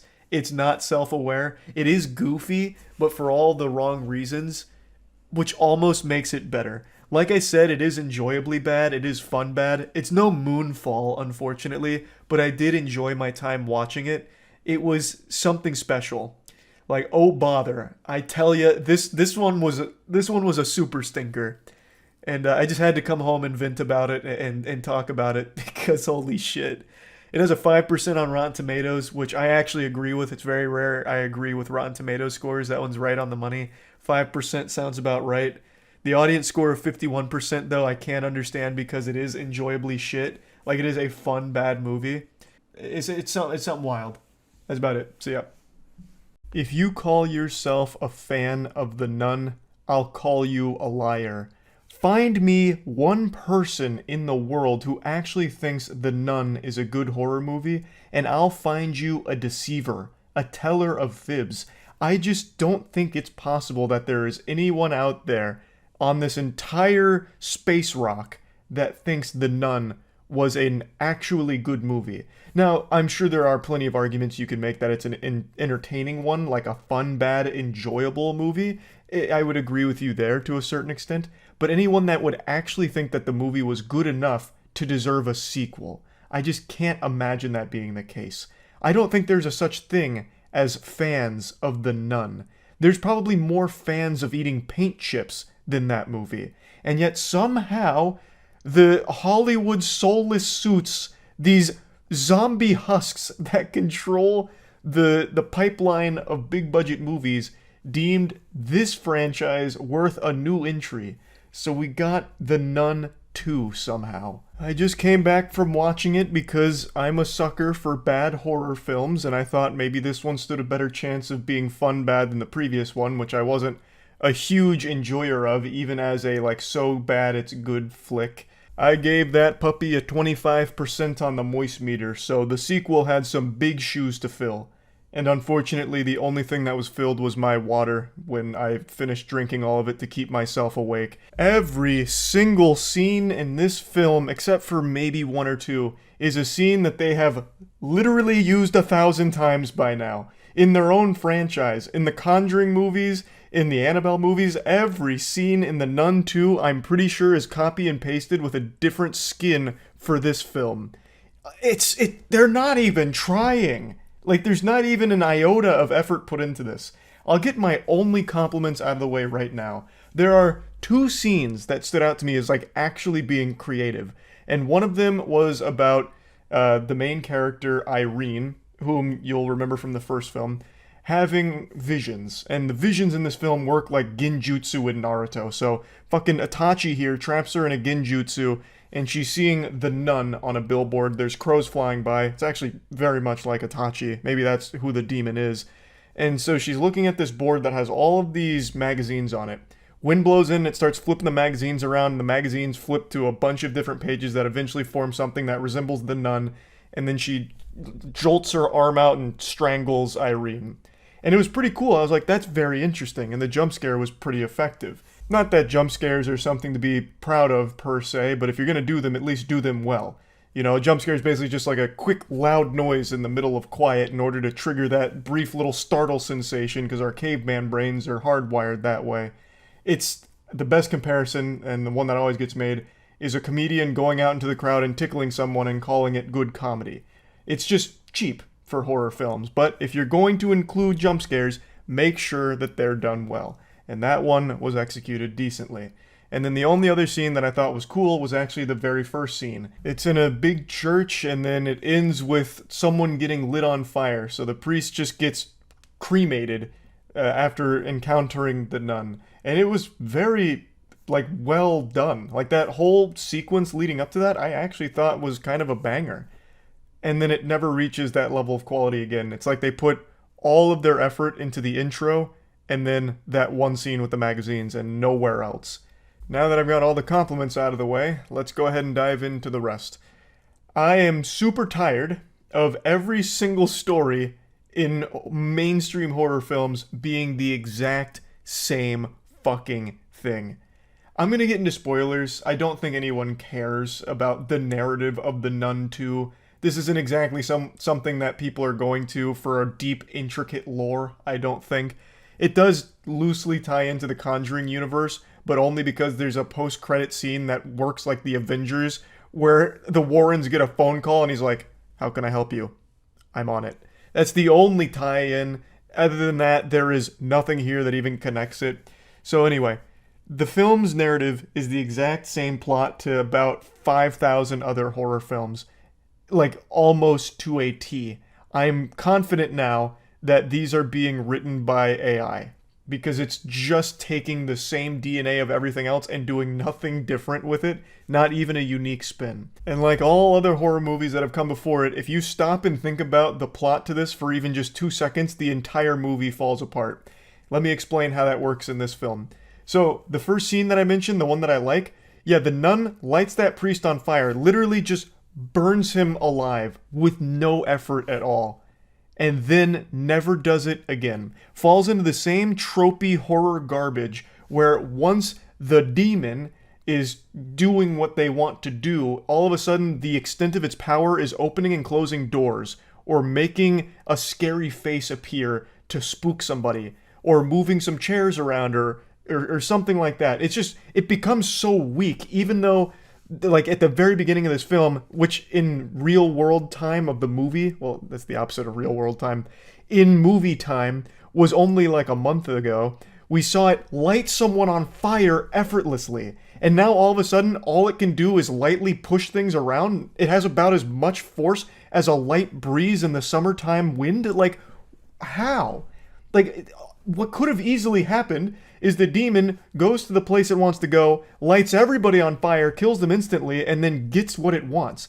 And what does it want? It wants an ancient artifact. So, the demon was able to find where the ancient artifact was, and it infiltrates a school. And at the school, it starts scaring kids. For no reason, really. Just starts startling children. And nothing else. And before doing that, it had actually just snapped the neck of a woman who gave a delivery to where the demon was staying. So the demon is still perfectly capable of killing people, yet for some reason when it comes to that school, with the main objective in that school, it decides not to kill anyone. Why? It easily can. It just demonstrated that multiple times, and now all of a sudden it's a pacifist? It just doesn't make any sense. There's no explanation for why the demon doesn't just kill everyone at that school and then get the artifact, because it knows it's there. It could just get it once everyone's gone. The only argument I can see for why it wouldn't want to do that is it doesn't know exactly where that artifact is, so it's trying to lead people on a wild goose chase to accidentally locate it. But I think that's kind of a weak theory, and it's one I'm just making up to try and justify bad writing here. But let's assume that is the reason. It's still fucking stupid because if no one's around, there's no one to foil their plans. In every single horror movie, it seems like the bad entity, the bad thing, is always more than willing to just let everyone in the film stop it. Like, it wants to be stopped. It has a humiliation fetish and it wants to be beaten for some reason. Because it just lets everyone solve the mystery and do the only thing that can defeat it. In fact, sometimes it just leads them to the thing that can beat it. For no reason. Like, why? Why? So, the demon is at the school now. It's incognito, and Irene from the first film, as well as a new character, are working together to try and track down the demon because the Vatican has been alerted to its presence, that it's back. It wasn't actually defeated in the previous film. The Vatican in this movie works like the Men in Black. They have like this really deep network of like intel and operatives that keep everyone up to date on demon activity. So they get the scoop, they figure out what the demon wants and where it is, and they go to the place. I'm just really speedrunning through all of this because most of the film is spent with just really lame, cheap jump scares and a complete absence of suspense or any real reason for what's unfolding. It's just the demon goofing around, scaring children at a school. That's it. So the good guys get to the school, they confront the demon directly, and the demon, for some reason, just starts walking off after they figure out what it's there for. And keep in mind, this demon has shown that it can basically teleport and be anywhere it wants. But at the end of the film, all of a sudden, all it can do is walk or jog a little bit very slowly, which is another trope in horror films where for the entire movie, the demon can be everywhere. And now all of a sudden at the end, all it can do is walk at the speed of like an 85-year-old woman. Doesn't make any sense, but that's exactly what happens here. And the good characters are trying to stop it, and the demon punches one of them, which sends her flying against some glass, and then force pushes another one and keeps walking. Why not just kill them? The demon has superhuman strength. That punch sent her flying. Could have easily killed her, finished the job. Like, there was no reason the demon wouldn't do that. And the force push, again, could have easily just killed her instead. But makes the decision not to. They catch up to the demon after getting pushed away. They all together get the artifact, and it's a big struggle between the demon and the humans. Even though I don't know how that can even be a contest, because the demon has superpowers. It could just push them away. But it scarcely uses that, and when it does, it's like a very light push. So they engage in this struggle over the artifact, and eventually the demon starts slamming one of the girls' heads onto the concrete, and I was like, oh, he's about to kill her. And then doesn't. After slamming her head on the concrete, the demon lifts her up in a chokehold, like he's about to perform a cane chokeslam.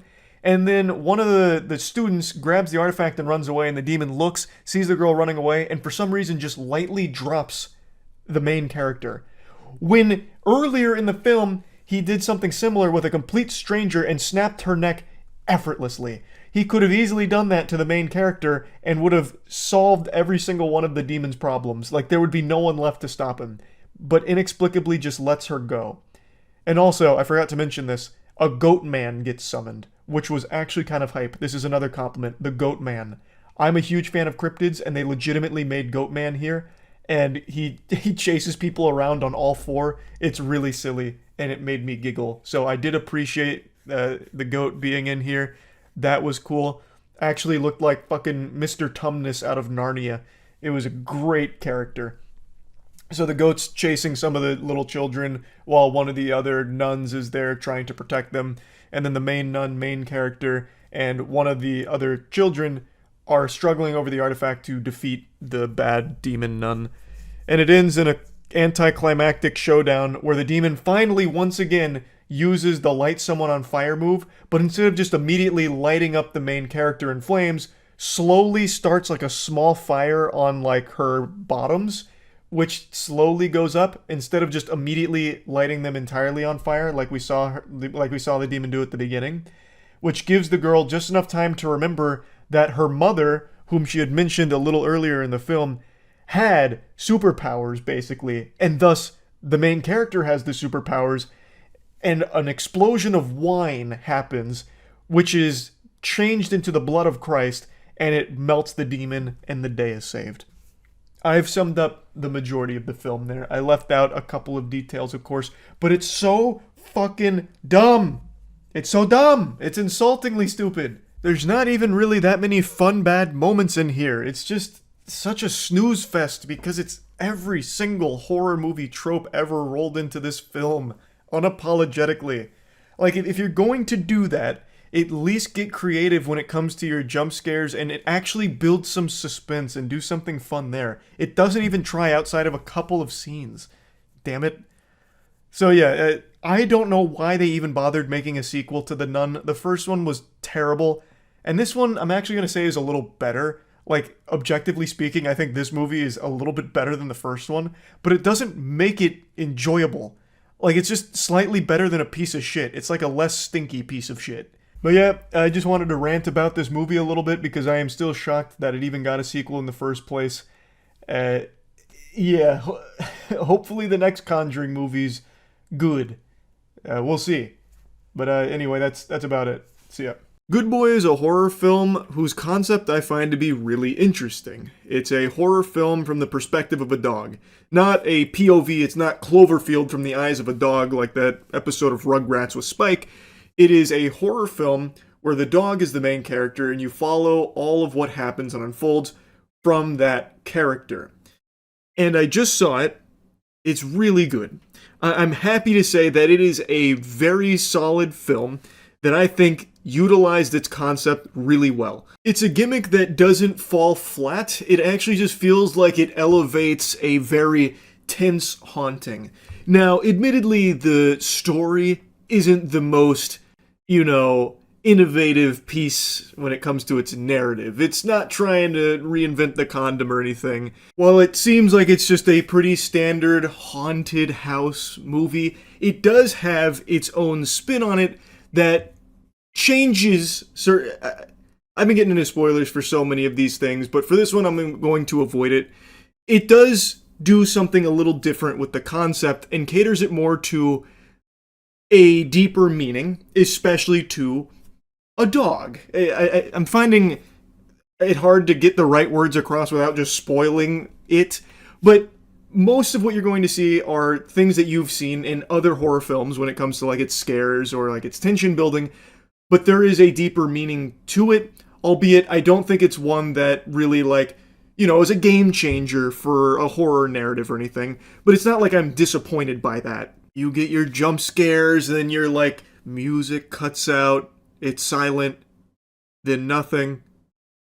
You get all of that, the same formula there, but using the dog as the main character and having that perspective does make it feel fresher. Like, it does breathe a little more life into it.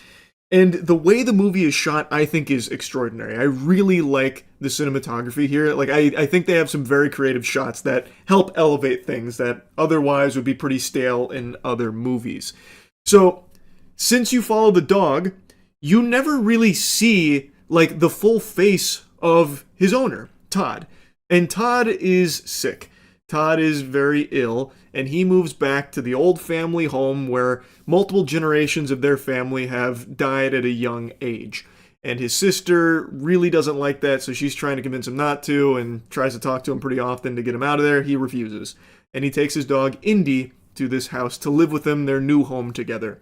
The house is haunted, and there's a lot of spooky noises going on, and some kind of weird monster creature that shows up occasionally before disappearing and stuff, and it's trying to, like, get Indy and get Todd.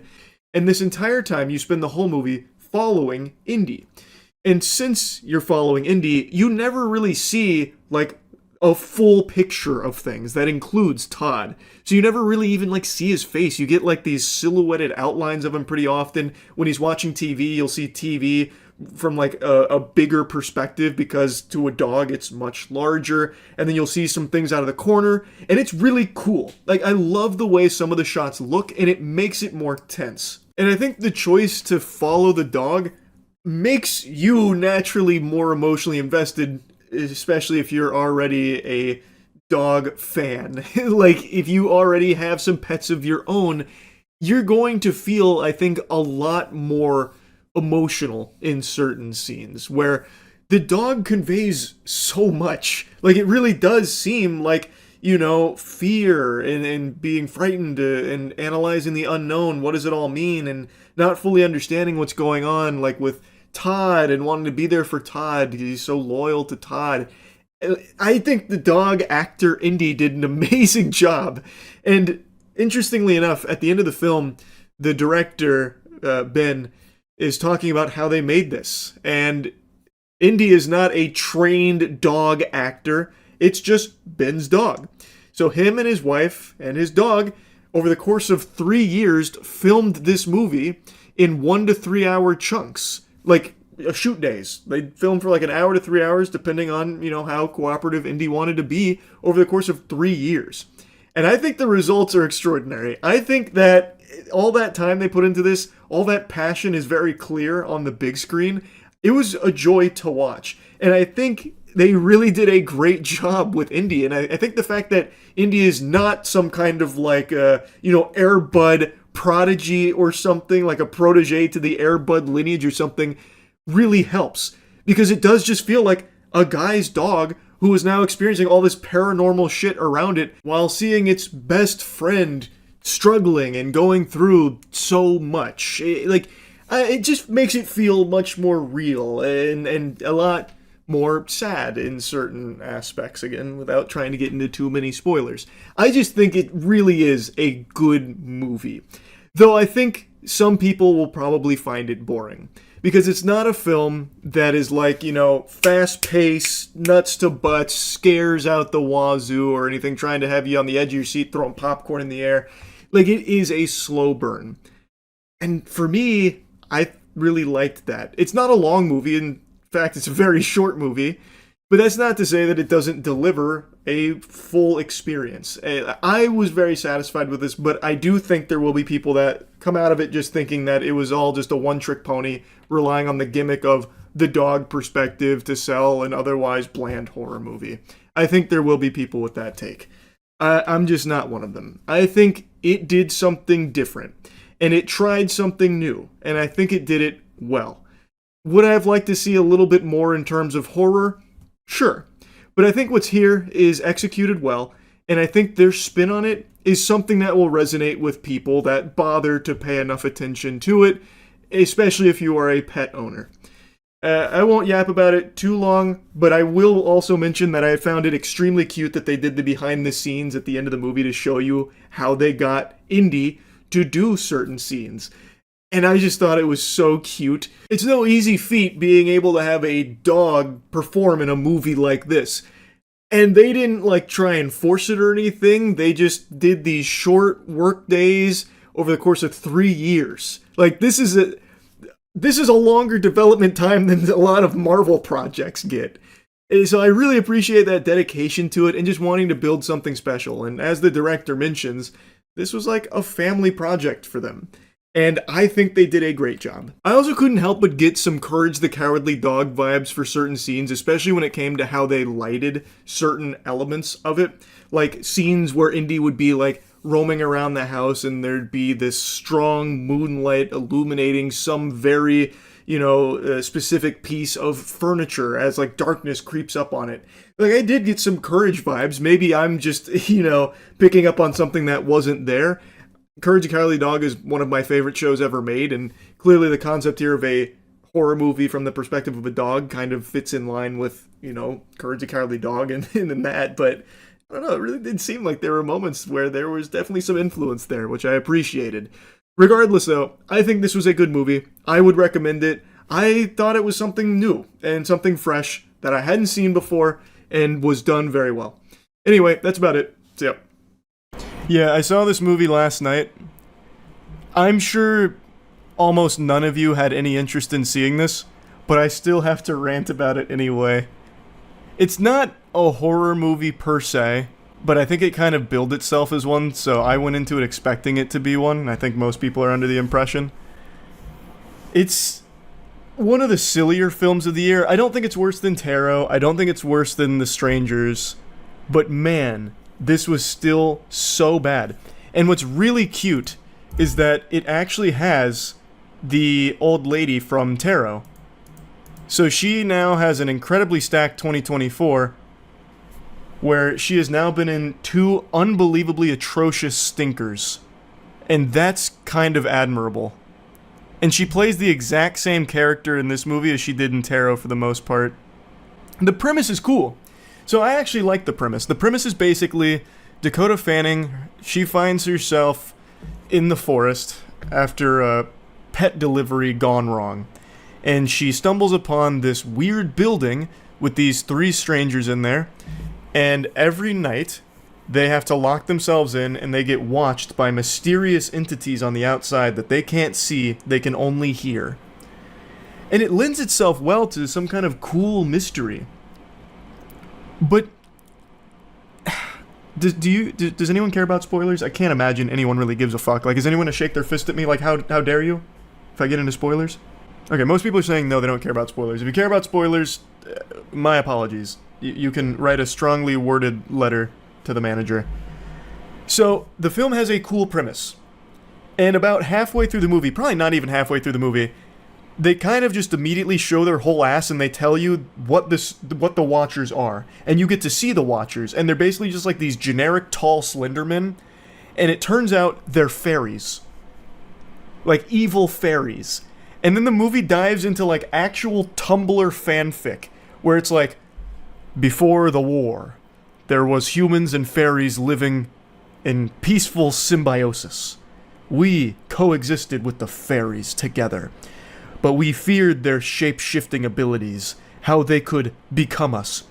So we ripped off their wings and we forced them underground and we locked them under a stone. And now, they can't leave this forest because we asked them not to, basically. So, what they're being watched by is fairies that study them so that way they can take their shape better. It's so fucking dumb. This is not So it's not M. Night Shyamalan, it is his daughter. This is a Shyamalan family production, basically. And in classic Shyamalan fashion, it's a cool premise that they had nothing good to do with it, past the idea, like the ideation. So let me just start breaking down some scenes for you. So, shit just happens for the sake of it happening without any explanation for why this shit is happening. So it starts off okay because the premise is fun, and then as things start to unfold, Dakota Fanning is rebellious and she's got a dark and mysterious past, and she decides to start breaking the rules that the old woman has set. One of the rules is don't go into the burrows because that's where the Watchers come out. And she goes into the burrows with the help of this guy, I forgot his name. She goes into the burrows and she sees like bicycles and like children's toys and stuff. And then all hell breaks loose because the fairies start shape-shifting. But they know this. Like, there's no explanation given, really, like a good one, for why the fairies can't leave the forest. They could just walk out of the forest. There is an explanation given for why they can't leave, the humans here, because they're lost, and they can't be out at night because the fairies hunt at night, and they don't like the sun. They're like fucking vampires. So they can't leave the forest, I get that. That makes sense. But the fairies, the only explanation for why they can't leave the forest is because they were forced underground 1,000, or like fucking thousands of years ago. But they could just walk out. Like, there's no magical force field preventing that. They could just walk the fuck out and then dig a hole. Like, they're afraid of the sun, walk out during the night, dig a hole, stay there during the day, get out of the hole, walk out in the night, dig more holes. It turns out there was a professor who built this building and who built this bunker underneath the building because he's been studying the fairies. And this was highly unnecessary to even include in there. They just wanted to make him like an evil guy. He's like, he recorded himself with this webcam. He's like, sailor's log, 2009. I started construction on the bunker. I hired locals from the town nearby for fucking 5 schmeckles an hour to build it for me. And I urged them to stay out at night so they'd get mauled and killed by the fairies. Lord, forgive me for my sin. But it's like, brother, you didn't have to do that. Like, you didn't have to just have them die. Like, that's highly inefficient, because then you have to go get more workers every single time and recycle over their dead fucking corpses. Like, you would have to walk over so many bodies for that to happen. You could have just, like, had them do the work, and then had them go home before it gets dark out, and then have them come back. Like, you didn't need that. But it's things like that. Eventually he catches a fairy, and he's, like, training it like a pet.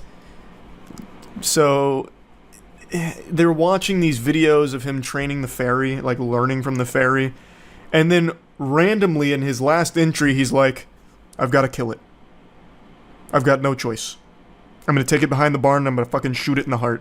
And then I'm going to shoot myself. For no fucking reason. It's like he's spent like 100 days with this fairy in a cage, and then he's just like, you know what, I'm tired of playing with this toy. I'm going to kill it and then kill myself. So he does. Or so you think. So it turns out that fairy was actually a half fairy. Because thousands of years ago, fairies and humans used to fuck. And what happened is, they gave birth to halflings that live amongst us in secret. And that fairy that he captured was a halfling. One that could walk in the day. They called her the Daywalker. Her real name that she said was Arinthabuna or something. Arintha Rancor, Balrog, I don't remember. Something like that. But all of this is just like getting vomited at you all at once towards the end of the movie. It's just like an overwhelming amount of just nonsense. Anyway, the professor eventually in one of the recordings says, hey, I left the boat over there. You can just like go this direction, get on the boat and leave if you want. So they do. And while they're going there, keep in mind, they're fully aware that all of the fairies can change their shape into human beings. This fucking goober here, this absolute imbecile, as they're running towards the boat, he hears one of their friends in the forest and like struggling. He's like, John, help. I think his name is John. He's like, John, I need help. Please, please. And he's like, I'm coming. So he grabs the guy and turns out it's not John. So then he dies. And they take his shape. And then they sail into the town. And then, big plot twist, the old lady was a fairy the whole time. She was the halfling the professor kept as a pet. Because it turns out the professor had a wife. And the wife died. And the professor tried to train a halfling, or tried to train a fairy to shapeshift into his wife so he could keep fucking her. And that's who this is the whole time. It was a fairy. So like his whole thing was like, their shapeshifting abilities can bring anyone back from the dead. Which they can't. It's not resurrecting the dead. It's literally just cosplaying as the dead. It's LARPing as a dead person. So him having this galaxy brain scheme of bringing his wife back never had any water to it, like no salt, because his wife is still dead. You're then just, you have a puppet of your wife. That's it. At that point, just get a doll, right? Like, it's stupid. His plan is stupid from the beginning. And then she's mad because fairies hate humans because of what they did, which is why the Watchers watch them and, like, kill them if they break the rules. They study them and then kill them because they're mad. 1,000 years worth of bad blood and a grudge. But when old lady is confronted by Dakota Fanning in the climactic final battle, Dakota Fanning's like, I know what it's like to not feel like you belong. Because it turns out her dark and mysterious past is she got her mom killed because they were on a road trip and she was like a little brat who rolled down the window and the mom was like, can you roll up that window? And then Dakota Fanning's like, I hate you! I hate you! I hate you! I'm not rolling down the window! I'm not rolling down the window! So the mom's like, what are you doing? Why are you freaking out? And she's like, I'm gonna roll up the window myself. So the mom starts rolling up the window and Dakota Fanning's character puts her fingers out the window and gets them crushed. And she's like, ah! And then the mom's like, what happened? And then she crashes into a car and dies. So she carries that guilt with her the entire time. And she, like, trauma dumps that towards the end.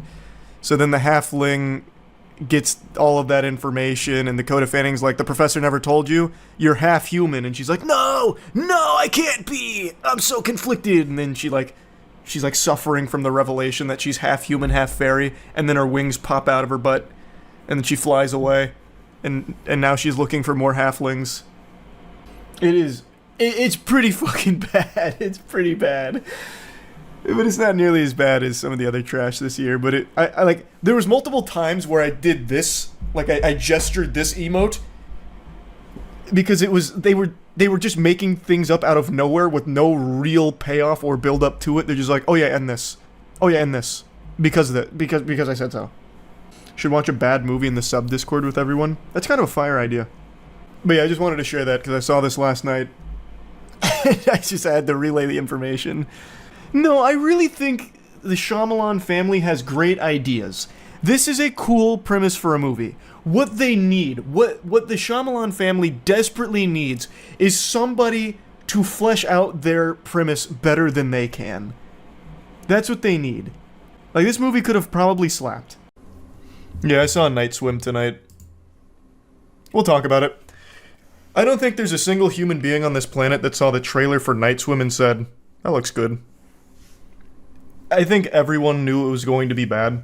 So I got excited. It seemed like it could be fun bad. Aaron and I went and saw it tonight. It was fun bad to an extent. So if you don't know what Night Swim is, it's a haunted pool. Family moves into a house, their pool is haunted. They got a demon in the pool. And it's... Conceptually, I don't think you could come up with something more boring. That is such a lame idea for a horror movie. Just, ooh, spooky pool. I'd have to really struggle, like really try to think of a dumber concept for a horror film. Like, a single haunted light bulb. Like, over the staircase, one of the lights flickers because there's a demon.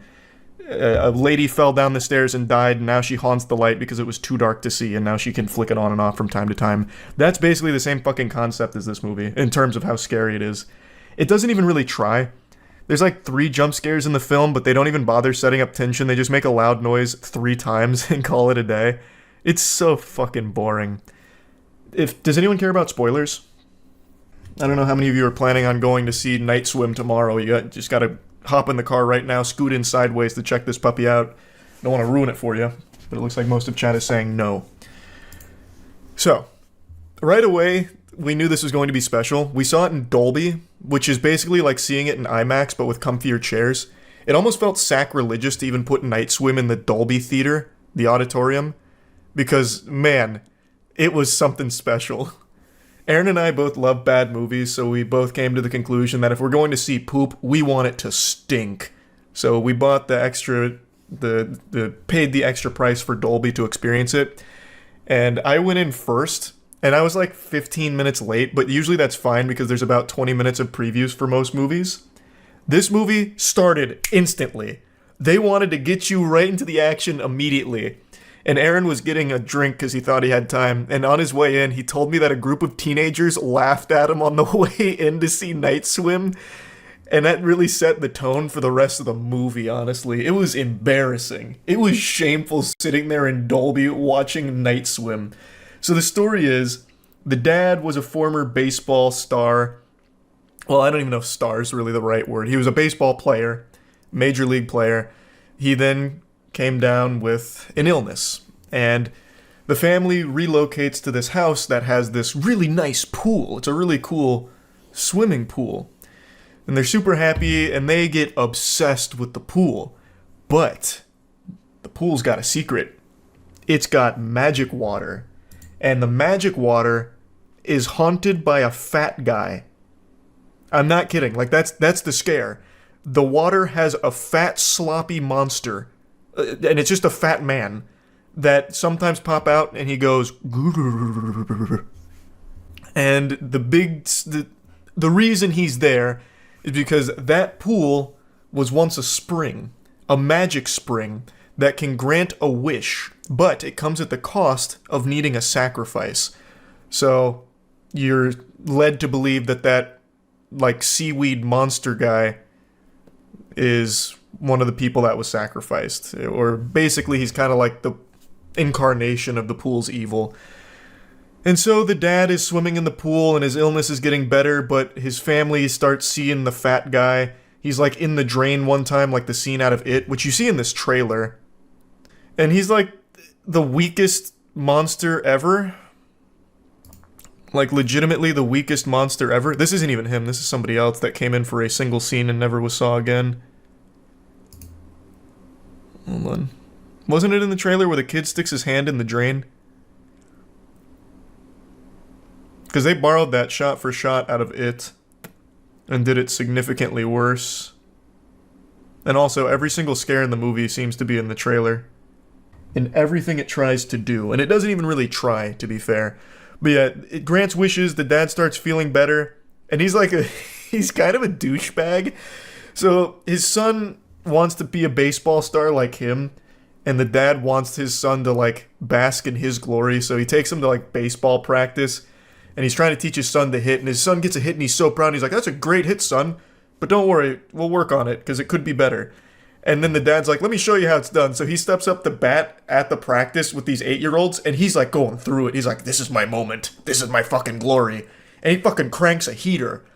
And he hits a home run. And then he comes home and immediately starts relaxing in the pool again, which, again, summons the demon to his family. I guess he doesn't know that, but it doesn't matter. Because it's still so fucking silly how they wrote this guy. You're supposed to care about him, but he's just kind of an asshole. So one of the kids ends up getting his home run ball and asks him to sign it. And he's so proud, he signs the ball, and he's like, "Hold on to that. It's going to be worth a lot of money one day." Because he believes the pool's going to get him back into baseball shape or whatever. I don't even know why I'm so fixated on this, because it's not important. Really, none of the story is. Pool just summons a couple of dead people occasionally and they go boo. It sucks. Movie fucking sucks. I don't even know how to really talk about it without just describing all of the worst scenes. It also has that standard horror cliche where it can possess people by getting into their mouth. So one scene, the dad gets the pool in him and then he gets possessed. So then he starts doing scary voice and like slapping his daughter. And then the daughter hits him with a baseball bat. And then it's just so dumb. I'm not gonna spoil the ending, I guess, but it's fucking terrible. Thanks for membership, Josiah. It's so boring too. Like, I'm making it sound much more entertaining than it is, because most of the film is just spent with them just idly swimming in the pool, or his dad reliving the glory days of being a baseball player. Spoil the ending, bro? Okay. After she hits him with the okay, I have to set up the scene. The dad's getting better, he's getting magically healed because the pool is actively drowning his son. The dad's possessed, so the pool is inside of him, the pool demon. And he's slapping his daughter around, trying to buy time so his son can drown. His wife is in the pool swimming to save her son. And it turns out her dad was a Navy SEAL and taught her how to be a Navy SEAL super swimmer, so she's swimming to the depths of hell, because inside the pool it goes to an alternate ocean dimension, so she's swimming to like the bottom of the abyss. Meanwhile, there's all these spirits of people that were sacrificed in the past for other people's wishes that kind of like yell at her, but they don't do anything to stop her. So she gets her son, brings him to the surface, and he's been down there for like 10 minutes by this point, but brings him to the surface and gives him CPR and revives him. And the dad comes out there after slapping his daughter a couple times, and then the daughter hits him with a baseball bat, and it makes him puke up the goo, this pool goo. And then immediately he delivers one of the worst lines I've heard in horror movies in quite some time. This had Aaron and I cackling. After doing his horror movie voice where he's talking about how Elliot, the son, has to die and he gets hit by the baseball bat, then he just goes into like wimpy man mode and he starts whining and he goes, "Elliot, you okay?" Like, that's his last line pretty much too. And then he's like, "I know what I have to do. In order to save Elliot, I have to go back in the pool and die." So he just swims out into the pool and disappears. And then it rolls credits. It's so stupid. His line wasn't, Elliot, are you okay? He says, is Elliot okay? But in like a really wimpy, whiny voice. You know, it almost sounds like he's blaming his wife for it. Like, what is going on here? What's happening? What are you doing to Elliot? I knew I couldn't trust him around you. But like really whiny. Just drain the fucking pool. You see, they thought of that though, because if they drain the pool has like a will of its own, so it doesn't stay drained, basically. It would fill itself back up with the original spring water. The mom visits the previous owner who sacrificed her daughter so her son could feel better, and she explains that the pool's water needs to kill, and then it'll sleep. So the only way to make it sleep was by the dad swimming out there and dying. Just sell the house. They can't leave because the pool won't let them leave. The pool gets into the dad's body, and then when they try and leave, he goes... He starts coughing and choking. So it would have killed him had they left. I made it sound far more enjoyable and action-packed than it is. Again, most of the film is just spent with them idly swimming in the pool and putting together the worst mystery ever. There's no reason why the pool doesn't just immediately drown Elliot in the first scene, by the way, because the dad goes in the pool instantly. The dad goes in the pool, his wish is to feel better so he can be back to being a baseball player, and then pretty much right after that, Elliot is the next one who goes in the pool completely alone. It could have easily just killed Elliot right then and there, but inexplicably it decides not to. It waits until the mother figures out that the pool is evil before making its move. There's no reason for it at all. They could have done it right away. If the dad dies in the end anyway, why does it matter if he dies if they leave the house? Well, because after he pukes up the pool goo gets inside of Elliot. So then he needs to kill himself to save Elliot. So the autograph wasn't that good then. No, the autograph won't be worth anything in universe. Also, the scene after he signs that baseball, man, I'm getting into like the more useless scenes, but they're just so bad I can't help but talk about them. So he's not like outwardly disappointed that his son Elliot isn't as good at baseball as he is, but when he goes to practice to show off, the coach's son is really good. And he like fist bumps the coach's kid, and Elliot's clearly a little jealous, and then they throw a pool party at their house, and for some reason, the dad, Elliot, his dad, the main character, well, I guess he's not really the main character, but the baseball player, he starts talking to the coach's son as if it's his new son, like he basically adopts him. So he points at one of the other dads in the pool with a kid playing chicken, and he goes, hey, I don't remember his name, hey Junior, you think we could take them in a game of chicken? He calls him Steroid Shrek. He says, do you think we could take Steroid Shrek? And then he's like, yeah, we can take him. And it's like, why are you playing chicken with a kid that's not even yours? Elliot would love some father-son time, but instead, you're with the coach's son. So he straps the coach's son to his shoulder, they play chicken, and then he goes into the deep end of the pool, he starts drowning, and then the pool goo gets in his body, this is how it infiltrates him, and then he tries to kill the child by grabbing onto his legs during chicken and drowning him. It's so stupid, it's so fucking stupid. It's a horrible scene. And then, like, the coach's dad jumps in. He's like, what the fuck are you doing, Ray? Ray, what are you doing? Let go of my son. You're drowning him. Ray, stop it. You didn't appreciate the movie? It's a metaphor, peasant. Yeah, it's a metaphor for don't swim, I guess. Oh, God, you just reminded me. In the very beginning of the movie, there's a pool guy who comes out because Ray cuts himself in the pool, and he's like, this is a weird one. So he calls out a pool guy to get the job done. And he's a real character. He's so quirky. He comes out and he starts leaning on the diving board and he goes, pools. It's weird, right? This one's got like a natural spring attached to it. Never seen one in person. Isn't it interesting how we evolved from water, yet there's something deep inside of us that makes us afraid to go back. Maybe that's why we're so obsessed with taming water. And that's his whole statement, then he leaves. Never to be seen again. It's like the worst line ever written to be profound. So maybe the whole movie is a metaphor, perhaps. This is just the annual Blumhouse super stinker. I mean, it's January. I can't imagine a horror movie coming out the rest of the year that's worse than this. I don't think it's possible. Because again, it doesn't really have anything scary about it. It's very, very lame. Like, super, super lame. I know it's fuck you, it's January, but even still, this one's pretty awful even by that standard. Who the hell made this movie and what was the budget? The budget was probably like $2 million, and who made it is actually James Wan was one of the producers. Night Swim box office prediction, will it flop or succeed? My money's on succeed because it's a low budget. It's definitely less than 15 million. They're just speculating. It's 100% less than that. It's like the director went for a record in how many eyes they could roll. I don't think your eyes wouldn't even roll. You'd just be falling asleep. It's just bad. It's just not very good. There's fun bad moments, sure, but overall it's just kind of uninteresting.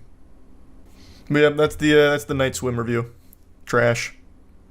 But which everyone knew it was going to be. That's not shocking, but it's very, very bad.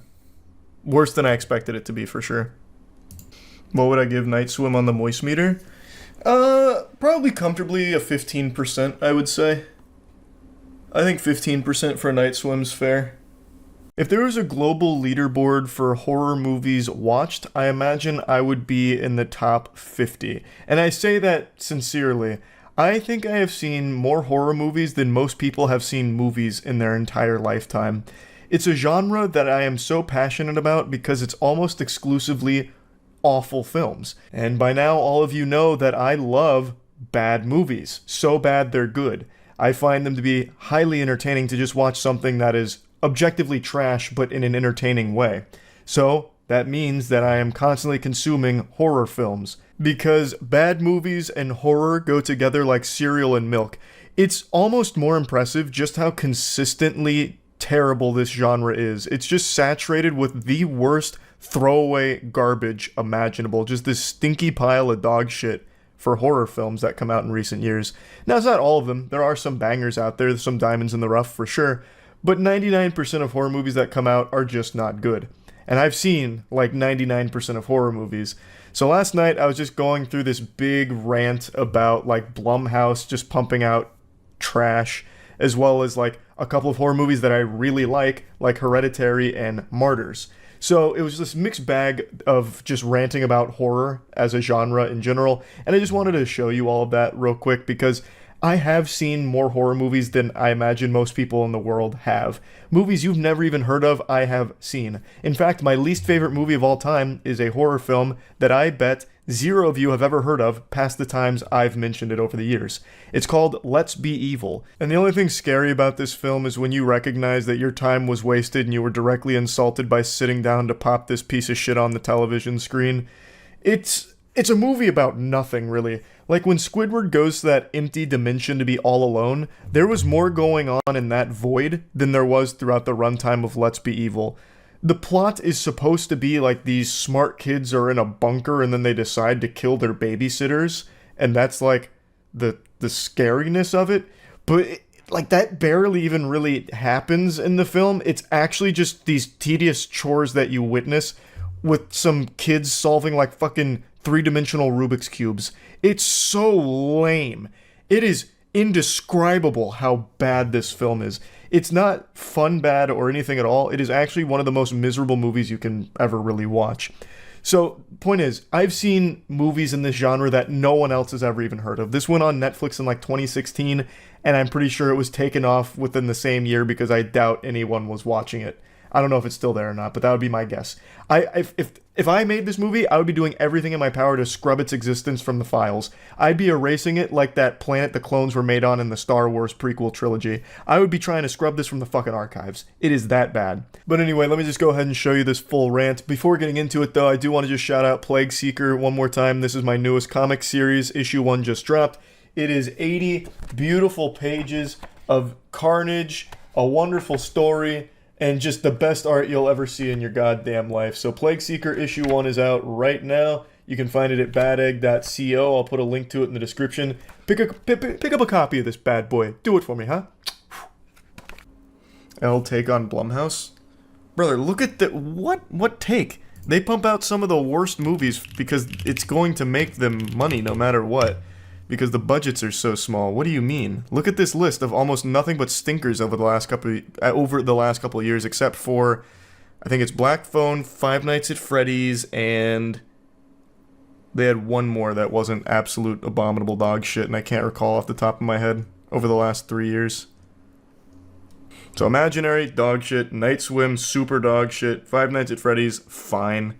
Exorcist Believer, dog shit. Totally Killer, probably 3 people saw that movie, so I'm imagining dog shit. Passenger, dog shit. Insidious Red Door, super dog shit. Unseen, I didn't see that one, so I don't know. There's Something Wrong with the Children, looks like dog shit. Sick, I think I saw that one. Probably dog shit. Also came out in January, so most likely dog shit. Megan, good. Nanny, dog shit. I don't think I saw Soft and Quiet. I didn't see that. Halloween Ends, super dog shit. The Visitor, super dog shit. And every single one of these movies has such a low budget that no matter how bad it is, it's going to make its money back. Well, actually, Imaginary has a higher budget than almost all of their films combined. Their VFX team went crazy on those awful monster designs, I guess. But it's usually like $1 to $2 million, $2 to $3 million. Jesus Christ. How did Night Swim have a budget of 15 mil?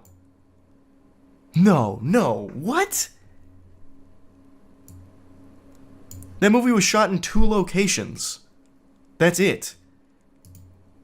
That's gotta be some kind of tax fraud write-off type deal. That is not a $15 million budget movie. They didn't even use VFX, really. I don't know where that money could have even gone. Maybe they're counting in marketing budget, because it wasn't, like, highly marketed. But, I mean, look at the box office. These all make a killing, even though they're legitimately terrible. I don't know why more people don't... I've said this a million times. I don't know why more studios don't do what Blumhouse does. Just make cheap horror movies and pump them out. They will always, always, always turn a profit. Always. Go up to their early movies, they're capable of quality. They're capable of quality, absolutely. They fund some really good stuff. Like Invisible Man, I thought was a banger. Megan, I also liked. Like, even in recent times. It's not like they can't make good movies, it's just that they normally don't, because they don't need to. So they don't bother funding something that's going to be expensive and somewhat of a gamble. Jesus Christ, even Truth or Dare. Even Truth or Dare. The $3 million budget, $95 million box office. Oh my god, even Truth or Dare. That's crazy. See, like, they don't miss. They can't miss. These things are so fucking cheap, and yet they always can turn such a huge profit for no reason. Oh my god, even Unfriended. Unfriended. $1 million budget, $16 million box office. This would be a box office disaster for every other studio in the world except Blumhouse. This is a 16x return on investment. I don't know why more studios don't do it. I'll never understand why more studios don't do it. Oh my god, Ouija Origin of Evil. Fuck, this movie was terrible. $81 million box office.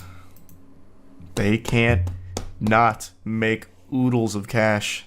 No, I still haven't seen Sinister. That's one of those movies I want to watch. I've heard nothing but good things about Sinister, but I've never seen it. Apparently the sequel's terrible, but I've never seen the first one, and then everyone praises it. So I want to watch it. I just can't imagine this movie, like, actually being scary. There's only, like, 2 movies I've ever seen that I would actually consider, like, unnerving to me, to the point where, like, I was like, damn, that was a pretty startling experience. Hereditary, which I think is the best modern horror movie up until the last 10 minutes, where it just becomes generic horror schlock, and Martyrs, which I just mentioned. I don't even know if I can type this in on YouTube and have it be terms of service compliant, because this movie is so extreme. This movie, I legitimately think, is one of the most disturbing films ever made. Elvis the Alien made the video on it, and he covers it, and he doesn't even quite capture everything about it that makes it so powerful. It's a French film, right? Yeah, so it's part of a genre called extreme new age French, or extreme, fuck, what the, it's been a while since I've gone over Martyrs, but it's like extreme French something is the category, and it is haunting. Like, it's not a movie that's just shock for the sake of shock, like some of that dog shit, like, Serbian film. This is a movie that has such a deeply profound story, with incredible acting, and, like, a really thought-provoking message to it. Like I mentioned, it's a movie that I still actively think about from time to time. It was a lot. Like, at first I didn't quite grasp it, I guess, fully when I watched it, but the more that I, like, sat on it, the more I was like, damn, wait a minute. It's so hard to watch. It is legitimately hard to watch, yeah. Martyrs is the best movie that I don't recommend to people. Yeah, I could never in good faith recommend this to anybody, because it is a lot. Is it scary? Like, horrific. There's no jump scares, or, well, actually, there's like 2 jump scares, but it's not that kind of horror. It's like a very psychological, very hard to look at kind of horror. It's disturbing, and it's known mainly for its gore. It was weak sauce, to be honest. Now, Imaginary is scary. True, this has got nothing on Imaginary. You're so fucking right. Yeah. Have you seen The Autopsy of Jane Doe? Super creepy. I think I saw that one a while ago. Is that the one from 2016? 2017? Had a lot of hype online. Because there was one of those, like, Autopsy of Jane Doe, The Possessing of Lily Manchester, The Possession of Grim Cheeseburger. Like, I've seen all of those, and they sucked ass. So if it was during that wave, then yeah, I probably saw it and didn't like it.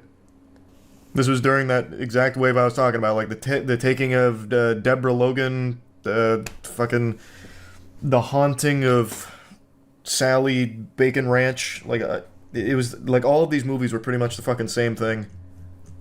Another like classic that I haven't seen outside of Sinister is It Follows. I never saw that one.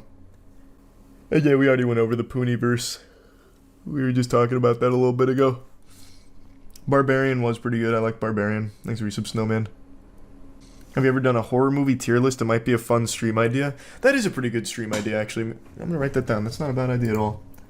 It'd be kind of nice, because I saw every single horror movie that ever hit streaming services from I think it was like from 2015 to 2017. So like anything that was released during that period, I saw every single horror movie. So I've got a catalog of some of the dumbest shit none of you have ever heard of. So that's a pretty good idea. Maybe I will do that. Martyrs is torture porn. It's not, though. That is kind of what it became known for like all the gore and stuff, but it is a movie that has an incredibly unnerving and deep message and concept.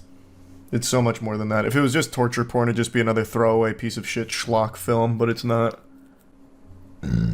Teeth.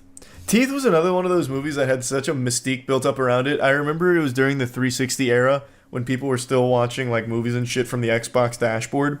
So you'd see, well, at least I'd see a couple of my friends watching Teeth, and then they'd hype it up like, man, that was so fucking disturbing. That shit was crazy. You're not ready for Teeth. You can't handle it.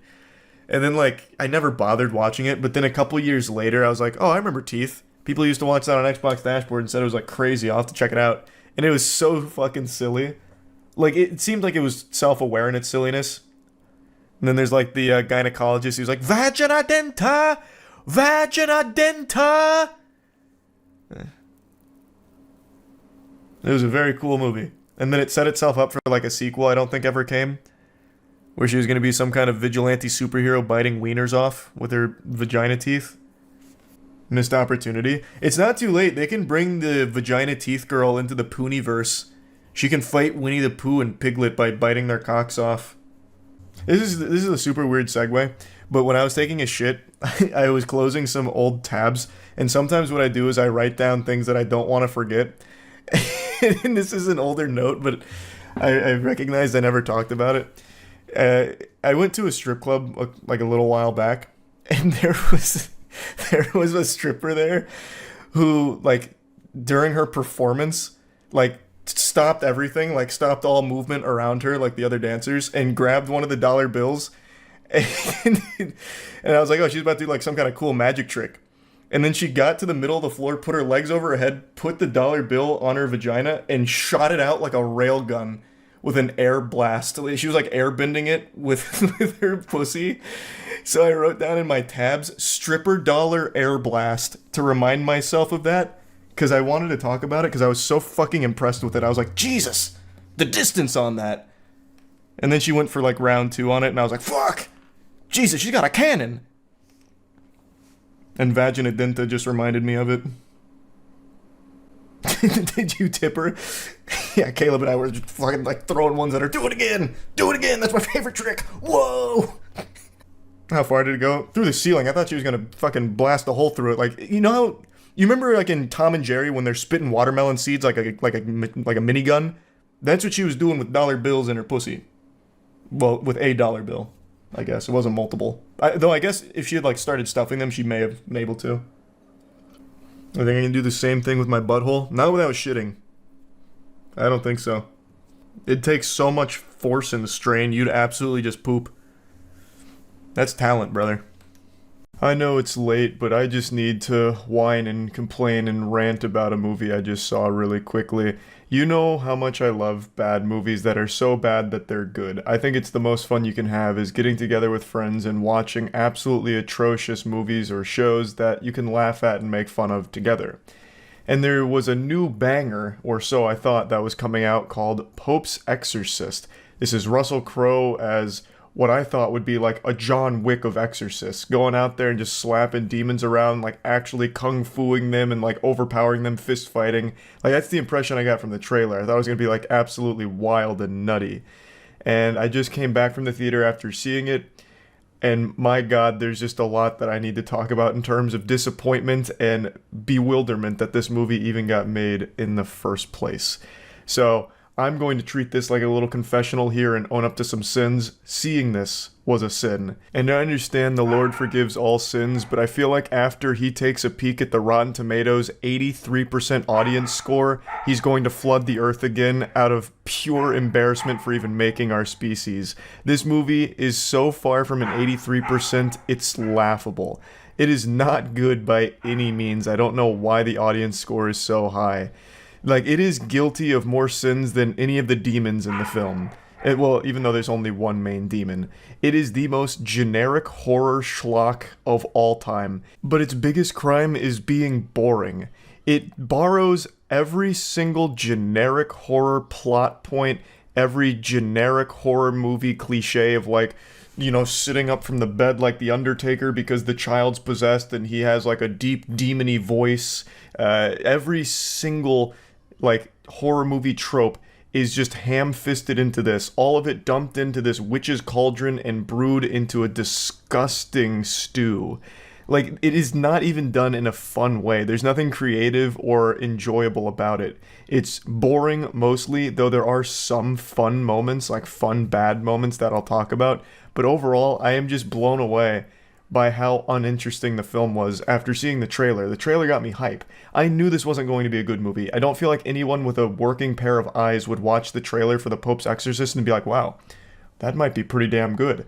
Like, that was never a thought that crossed anyone's mind, I doubt. But I as well as many others, I imagine, were under the impression like, wow, this will be like entertainingly silly. But it really wasn't. It didn't even try to be scary, first of all. Like, that was the wildest thing to me. It really didn't even try to be a horror movie. Its scares mainly consisted of the standard lift people up using, you know, Jedi force powers and throw them around a room, or knock over a couple of crosses. Well, and I guess there is, of course, the cliche of, like, bone snapping, walking on all fours. But past that, it doesn't even really try to build tension.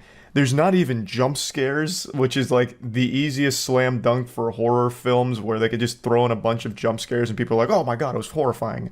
But it didn't even bother with that. It just does nothing. It's just so bland. It's just an empty calorie of a film. I did something I very rarely do. I took notes during this film because I was so dumbfounded by what I was watching. So I'm just going to go over it start to finish. There will be spoilers. There's a lot I want to talk about. So Russell Crowe hops back in the saddle here, dusting off the acting chops to tackle the lead role of a powerful exorcist named Gabriele Amorth.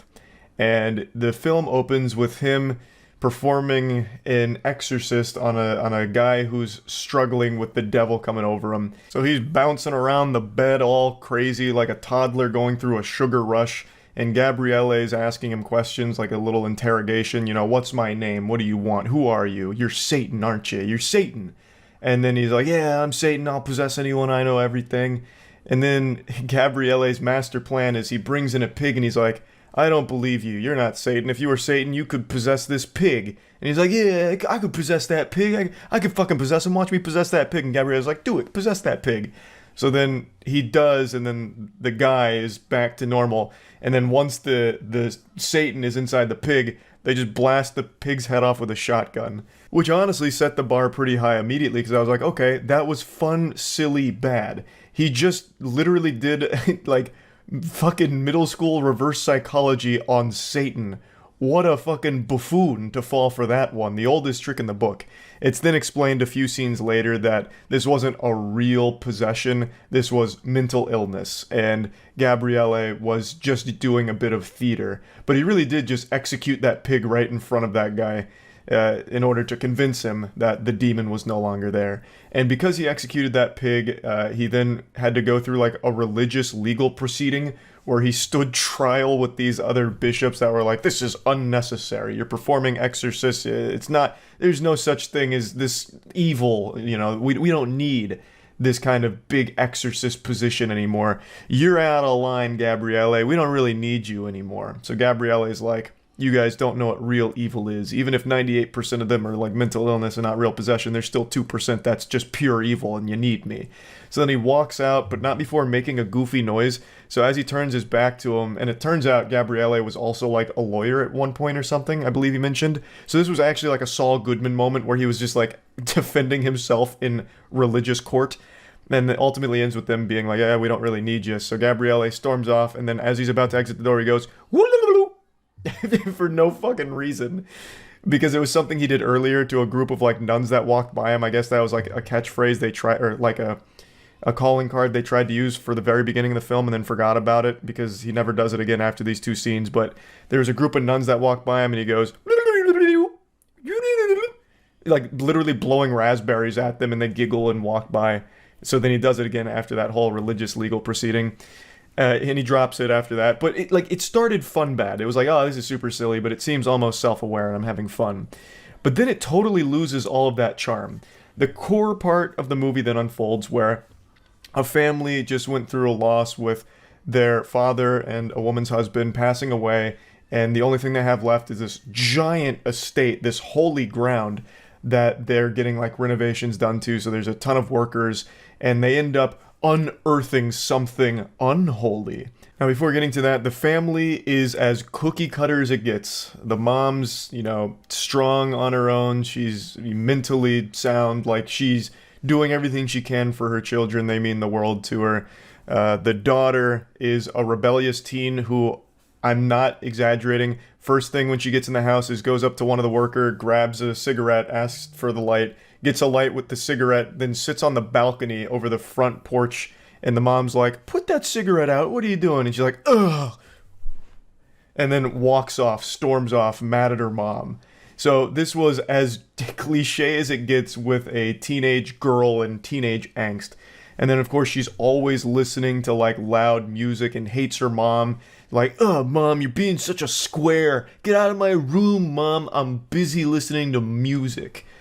So that's her whole character, which means nothing because after, like, 10 minutes, none of this shit matters. But that's her, and then they also have a son, a younger brother.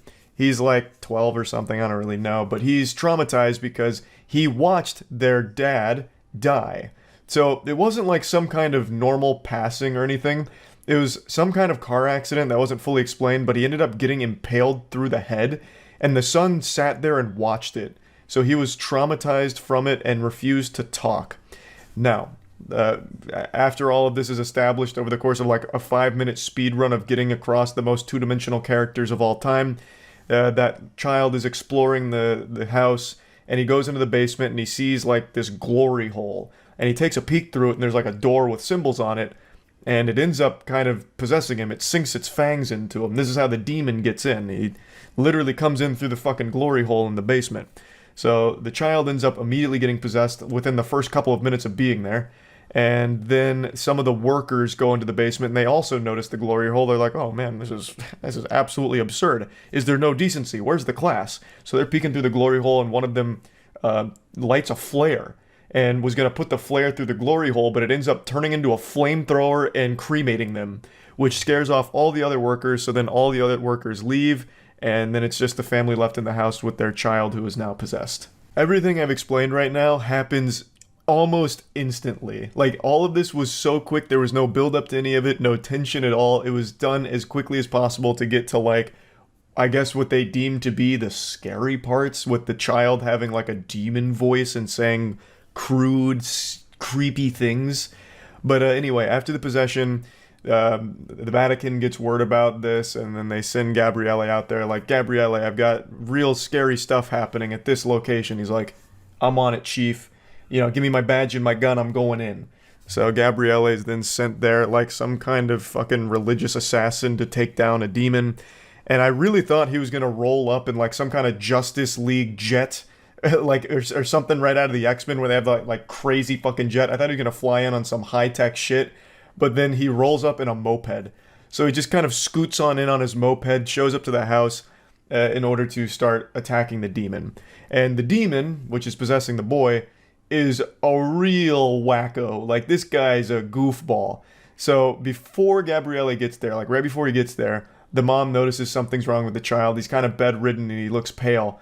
And then he starts talking in a not really deep voice, but you know that like goofy voice you'd make as a child growing up, like the like that kind of shit, where you like vocal fry yourself and then try and make it deeper.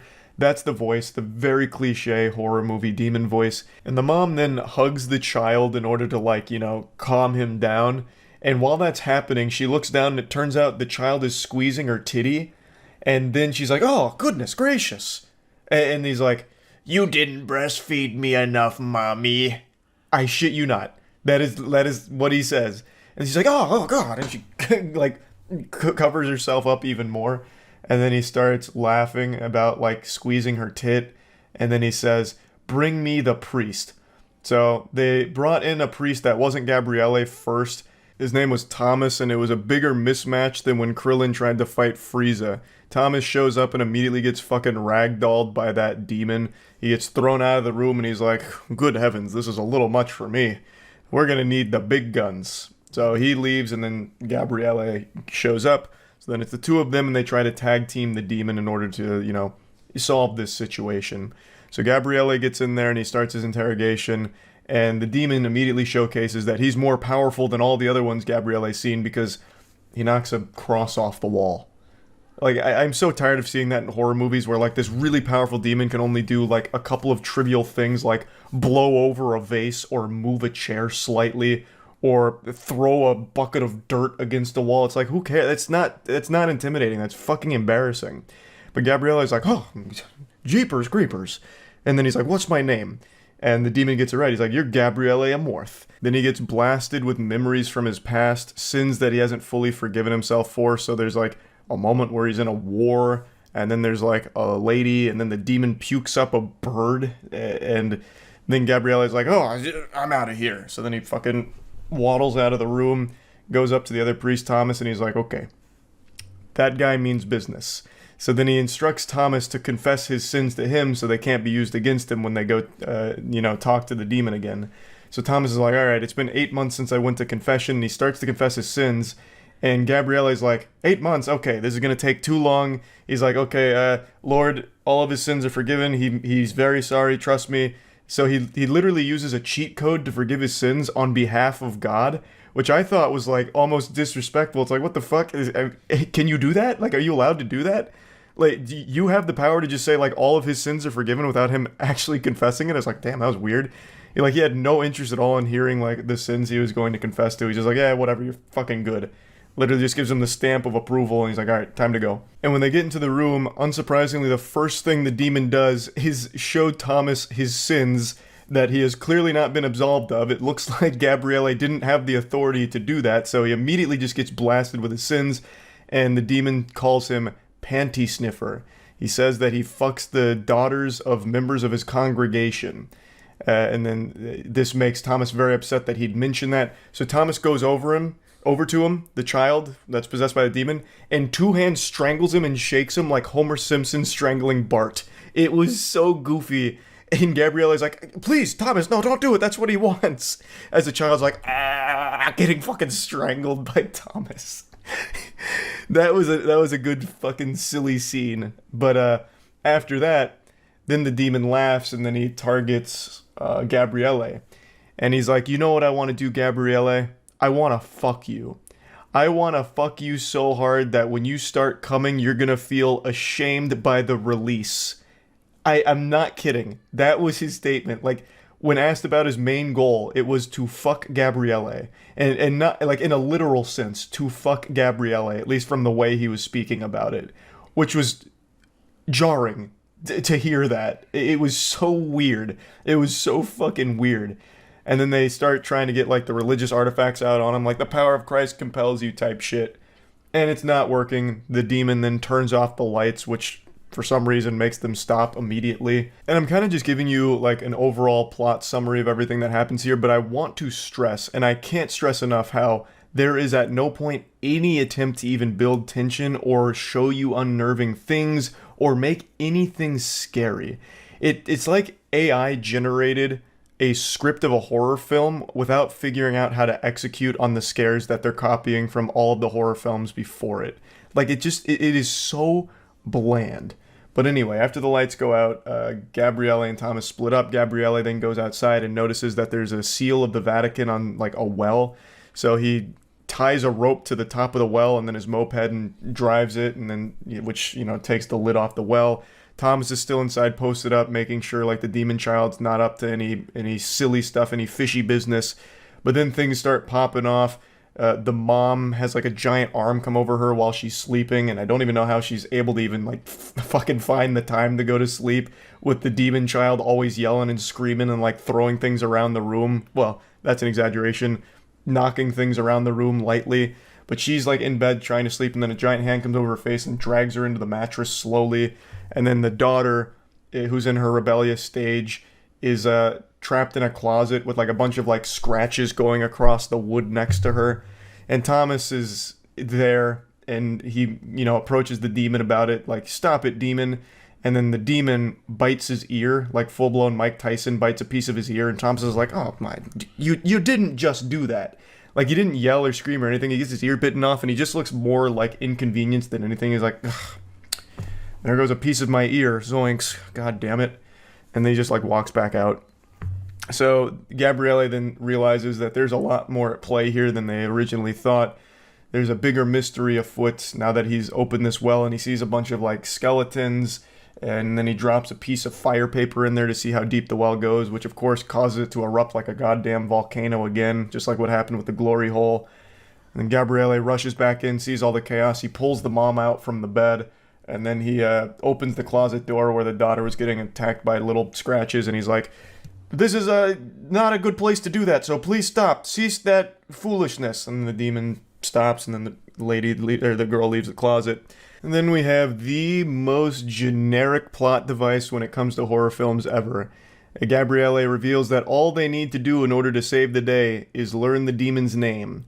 This is something that has been used in every fucking horror movie that deals with demons or possession since the beginning of fucking time. It is so lazy and boring, but that's the major plot point. It's them then needing to find out what the demon's name is. So they start exploring. They also confront the demon again, who reveals what his real plot was: to possess Gabrielle. He didn't want to just possess the family, he wanted Gabrielle. So they're exploring the premises. They eventually find that glory hole and they bust it open. They go inside the area. Turns out it's a catacombs where there's a bunch of these skeletons all over the place. And then while this is happening, the, like, super high tier bishop, like max level bishop that sent Gabrielle here in the first place, then starts having a panic attack. He's like, "It's worse than we thought." He read, like, a letter or something from, like, a book of reports that they keep getting about the situation. He's like, "Oh my goodness." So he starts freaking out. He's like, "Ah!" And then he has, like, a little mini heart attack. He ends up in the hospital. And as they're exploring the catacombs, they're learning, like, wow, this dates back, like, fucking 400 years ago. Like, this demon's been around for a long time, and the Vatican tried to seal it off and cover it up. And then while that's going on, the priest is laying, like, the high bishop is laying in bed, surrounded by some of the priests that were part of, like, the religious legal proceeding. And then he pulls off his oxygen mask and just pukes up blood on one of them. So I guess he was starting to get, like, possessed too to some level, or he was really just stressed out about the situation. But they eventually find this almost ritualistic chamber. I can't remember exactly what it was for, but it has, like, a torture device in there. It also then has, like, what was a very strong priest back in the day on, like, a throne, and they read his diary. And in that diary, they learn the demon's name. It's Asmodeus. And he can possess a lot of different people. He's like a fucking puppet master. And Aaron, I saw this with Aaron as well as Ridley, Eli, and Tiana. Aaron made a great point. If the whole thing is you only need the demon's name in order to win, that super strong priest must have been really lacking. Like, he must have been fucking, overdosing on Xanax or something and really dropped the ball, because he literally had Asmodeus' name not only written down in the diary or written down in the book, but had a full fucking picture, hand-drawn painting with like a stylized Asmodeus name under there. So like the name was readily available and was still unsuccessful in the exorcism and saving the day. So that guy must have fucking sucked. He must have been terrible at his job. So they learned the demon's name is Asmodeus. As they learn that, one of the other priests that was really mean to Gabriele walks through and sees that the Lord on the crucifix is bleeding a little bit, and he's like, no! And then he takes a sabbatical and leaves for some reason. So now they have the demon's name. They then confront the demon. They're trying to like win, but the demon, starts possessing the daughter. He still has the son. He's like writing things on his chest like, God isn't here. God is not welcome. No God allowed. This is a demons only club. And he's like, strangling someone with Thomas with his tie. The demon girl that he's now possessed is like slapping the mom around. And then Gabriele, in order to stop the madness, is like, all right, fine, just possess me. So he does. Asmodeus then possesses Gabriele. His plan was to infiltrate the Vatican in order to cause mayhem and wreak havoc. And so he goes downstairs into the throne room and he grabs a giant scepter, and Thomas walks in like the fucking action movie hero. And then he sees the girl that he fucked from the congregation. She's got like her titties out and shit and starts fighting. They get into a fist fight. She's covered in blood. Gabriele is still trying to fight back against Asmodeus, but it's not winning. Thomas then has like this little coin or something that he pushes on the forehead of the girl, which blows her up, literally insta-gibs her like it's Team Fortress 2. And then Gabriele's in like a one-on-one battle with the demon. I also totally forgot a core component here because I'm getting lost in the sauce explaining it. But one of Gabriele's big sins that the demon keeps showing him is a long time ago, there was a lady who they thought was possessed. Gabriele went there and learned it wasn't a possession, it was a mental illness. She was just talking about like sexual abuse, trauma and stuff, and Gabriele's like, I'm not really equipped to handle that. And then she bit the head off of a bird in front of him, and he's like, yeah, this is just mental illness. And then she ends up killing herself right in front of him, and Gabriele feels immense regret for not helping her and working on the mental health side of exorcisms. So that's why he swore to like do that from that point forward, but he never forgave himself. So the demon's showing him that, and then after Thomas blows up that girl, they also, the sound effect they used for the blowing up was fucking fantastic. I'm actually pretty sure it came straight from Counter-Strike after you armed the bomb. It sounded outrageous. So after that, Gabriele is wrestling with that girl, shaking her around, and then Thomas throws him like a powerful religious artifact, and he fucking sticks it on her head, throws her into like this pit of water, and then starts reading the demon's name to it and vanquishing it to hell, and saves the day. Family's safe, demons back in hell, and then we have the ending of the film, which once again brought it back to a silly bad state, where the high bishop that puked blood, I guess, is totally fine now. Maybe that's just something he does when he's stressed out, I guess, but like he wasn't even possessed or anything. He's just like totally fucking fine.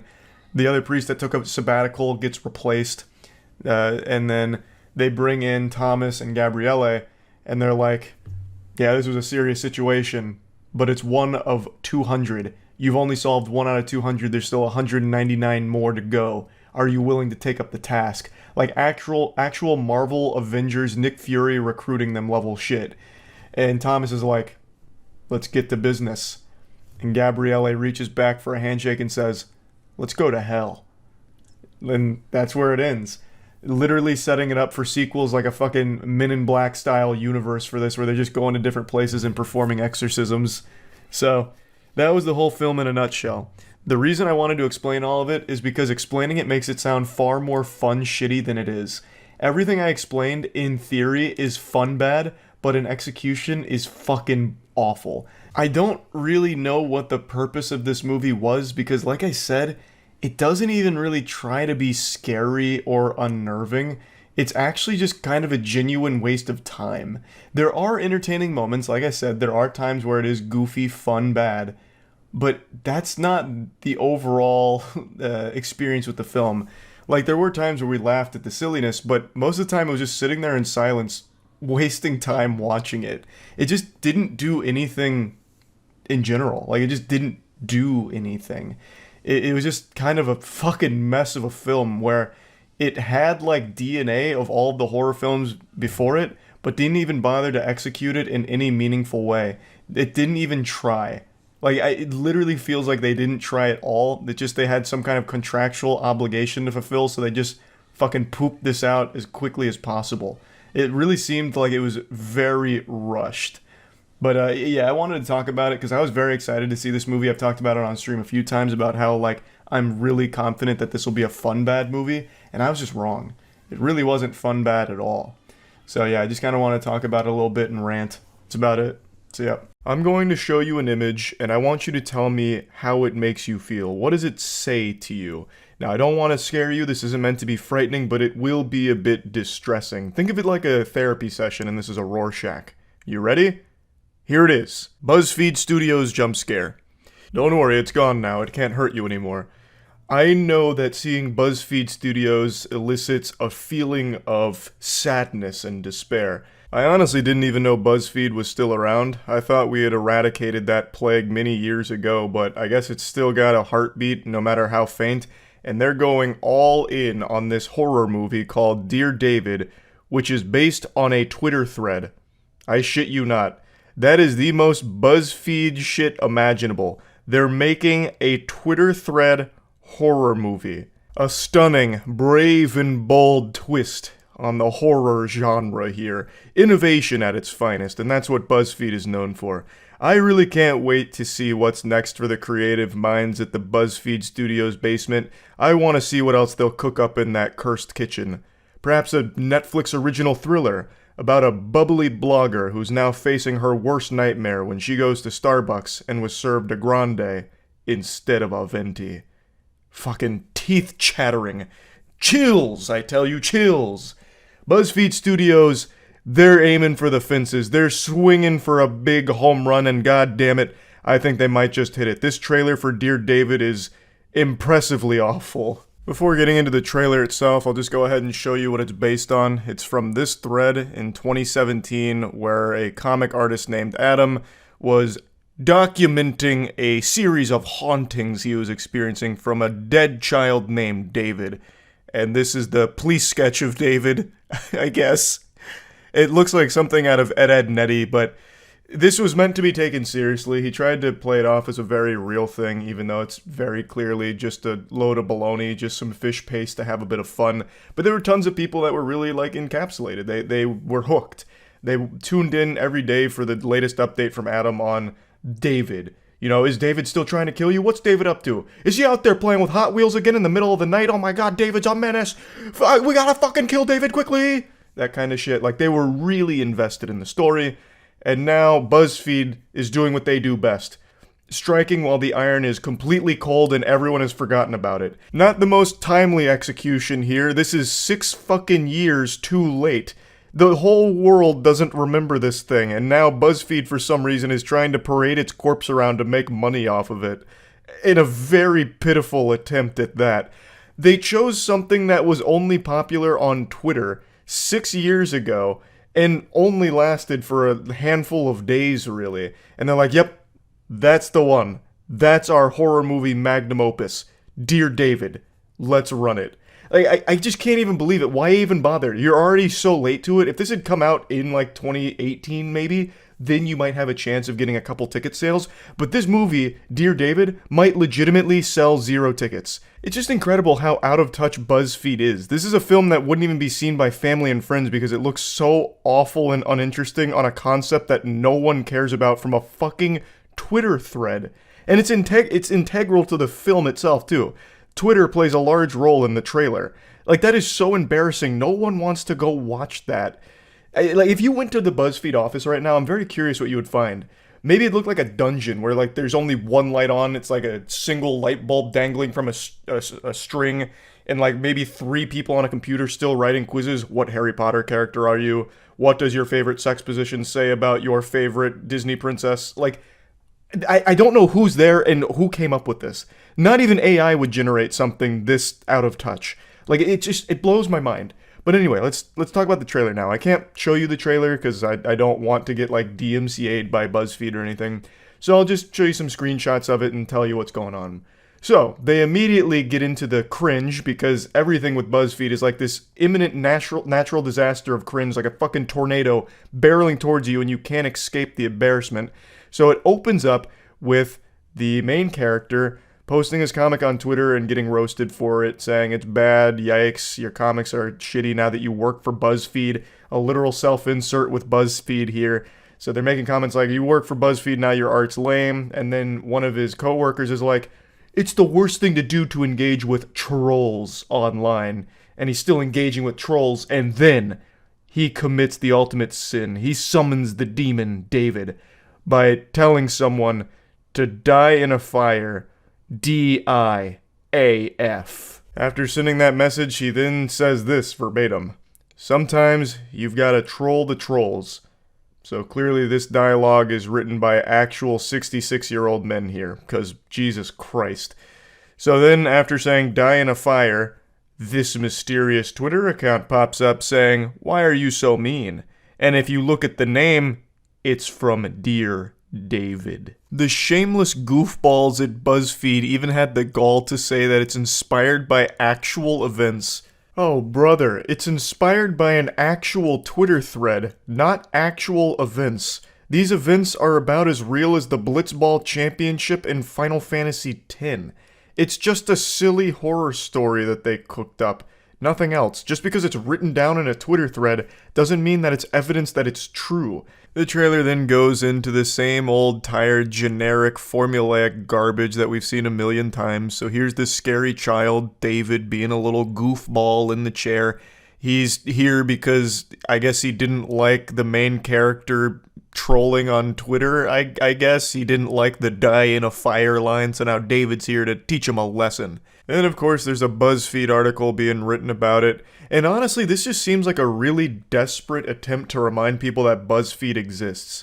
So the more I watched the trailer, the more I realized that they're putting BuzzFeed in as many places as they can, and I really think that's because they recognize that nobody gives a fuck about them anymore. So this is just like a Hail Mary attempt to remind people that this is still a platform that exists.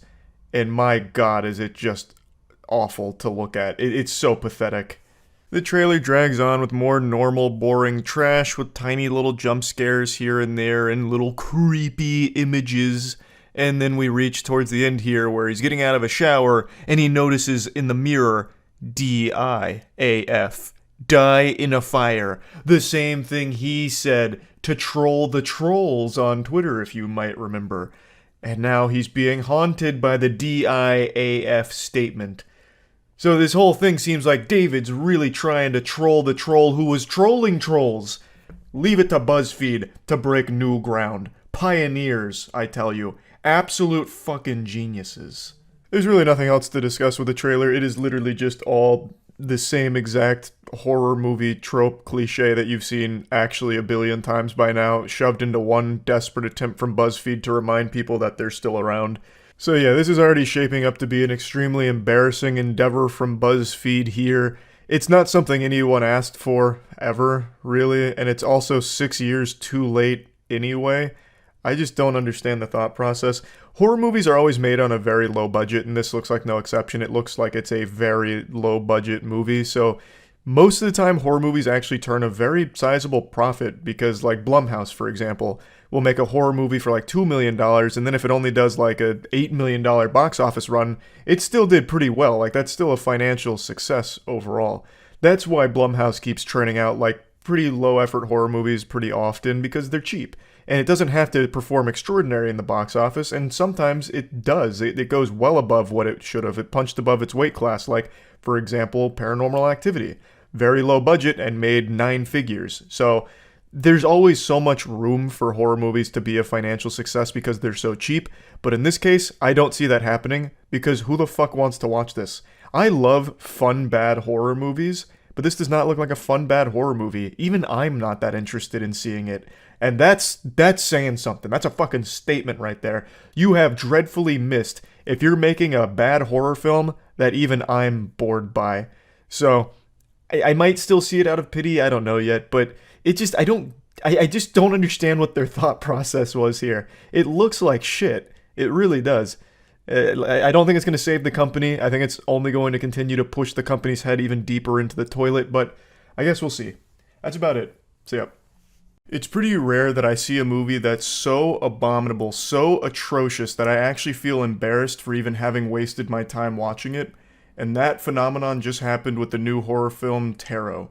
I was squirming in my seat. I was getting so mad at what I was watching. Like, I was steaming. My body performed an involuntary gesture of shaking my fist. Actually got him with a why I oughta. I was fuming. I started fucking Fortnite emoting in anger. That's how bad this movie was. So it's got a 5% on Rotten Tomatoes, which sounds about right. And I knew going into it was going to be irredeemable garbage because it is written and directed by one of the 3 writers of Moonfall.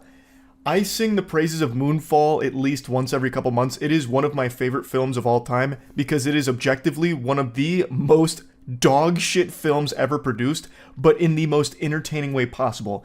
I think it is a masterpiece disaster of a film. It is so trash that it becomes immaculate. So I love Moonfall, and Spencer Cohen, who helped write Moonfall, wrote and directed Tarot. So I knew this had no chance of being good.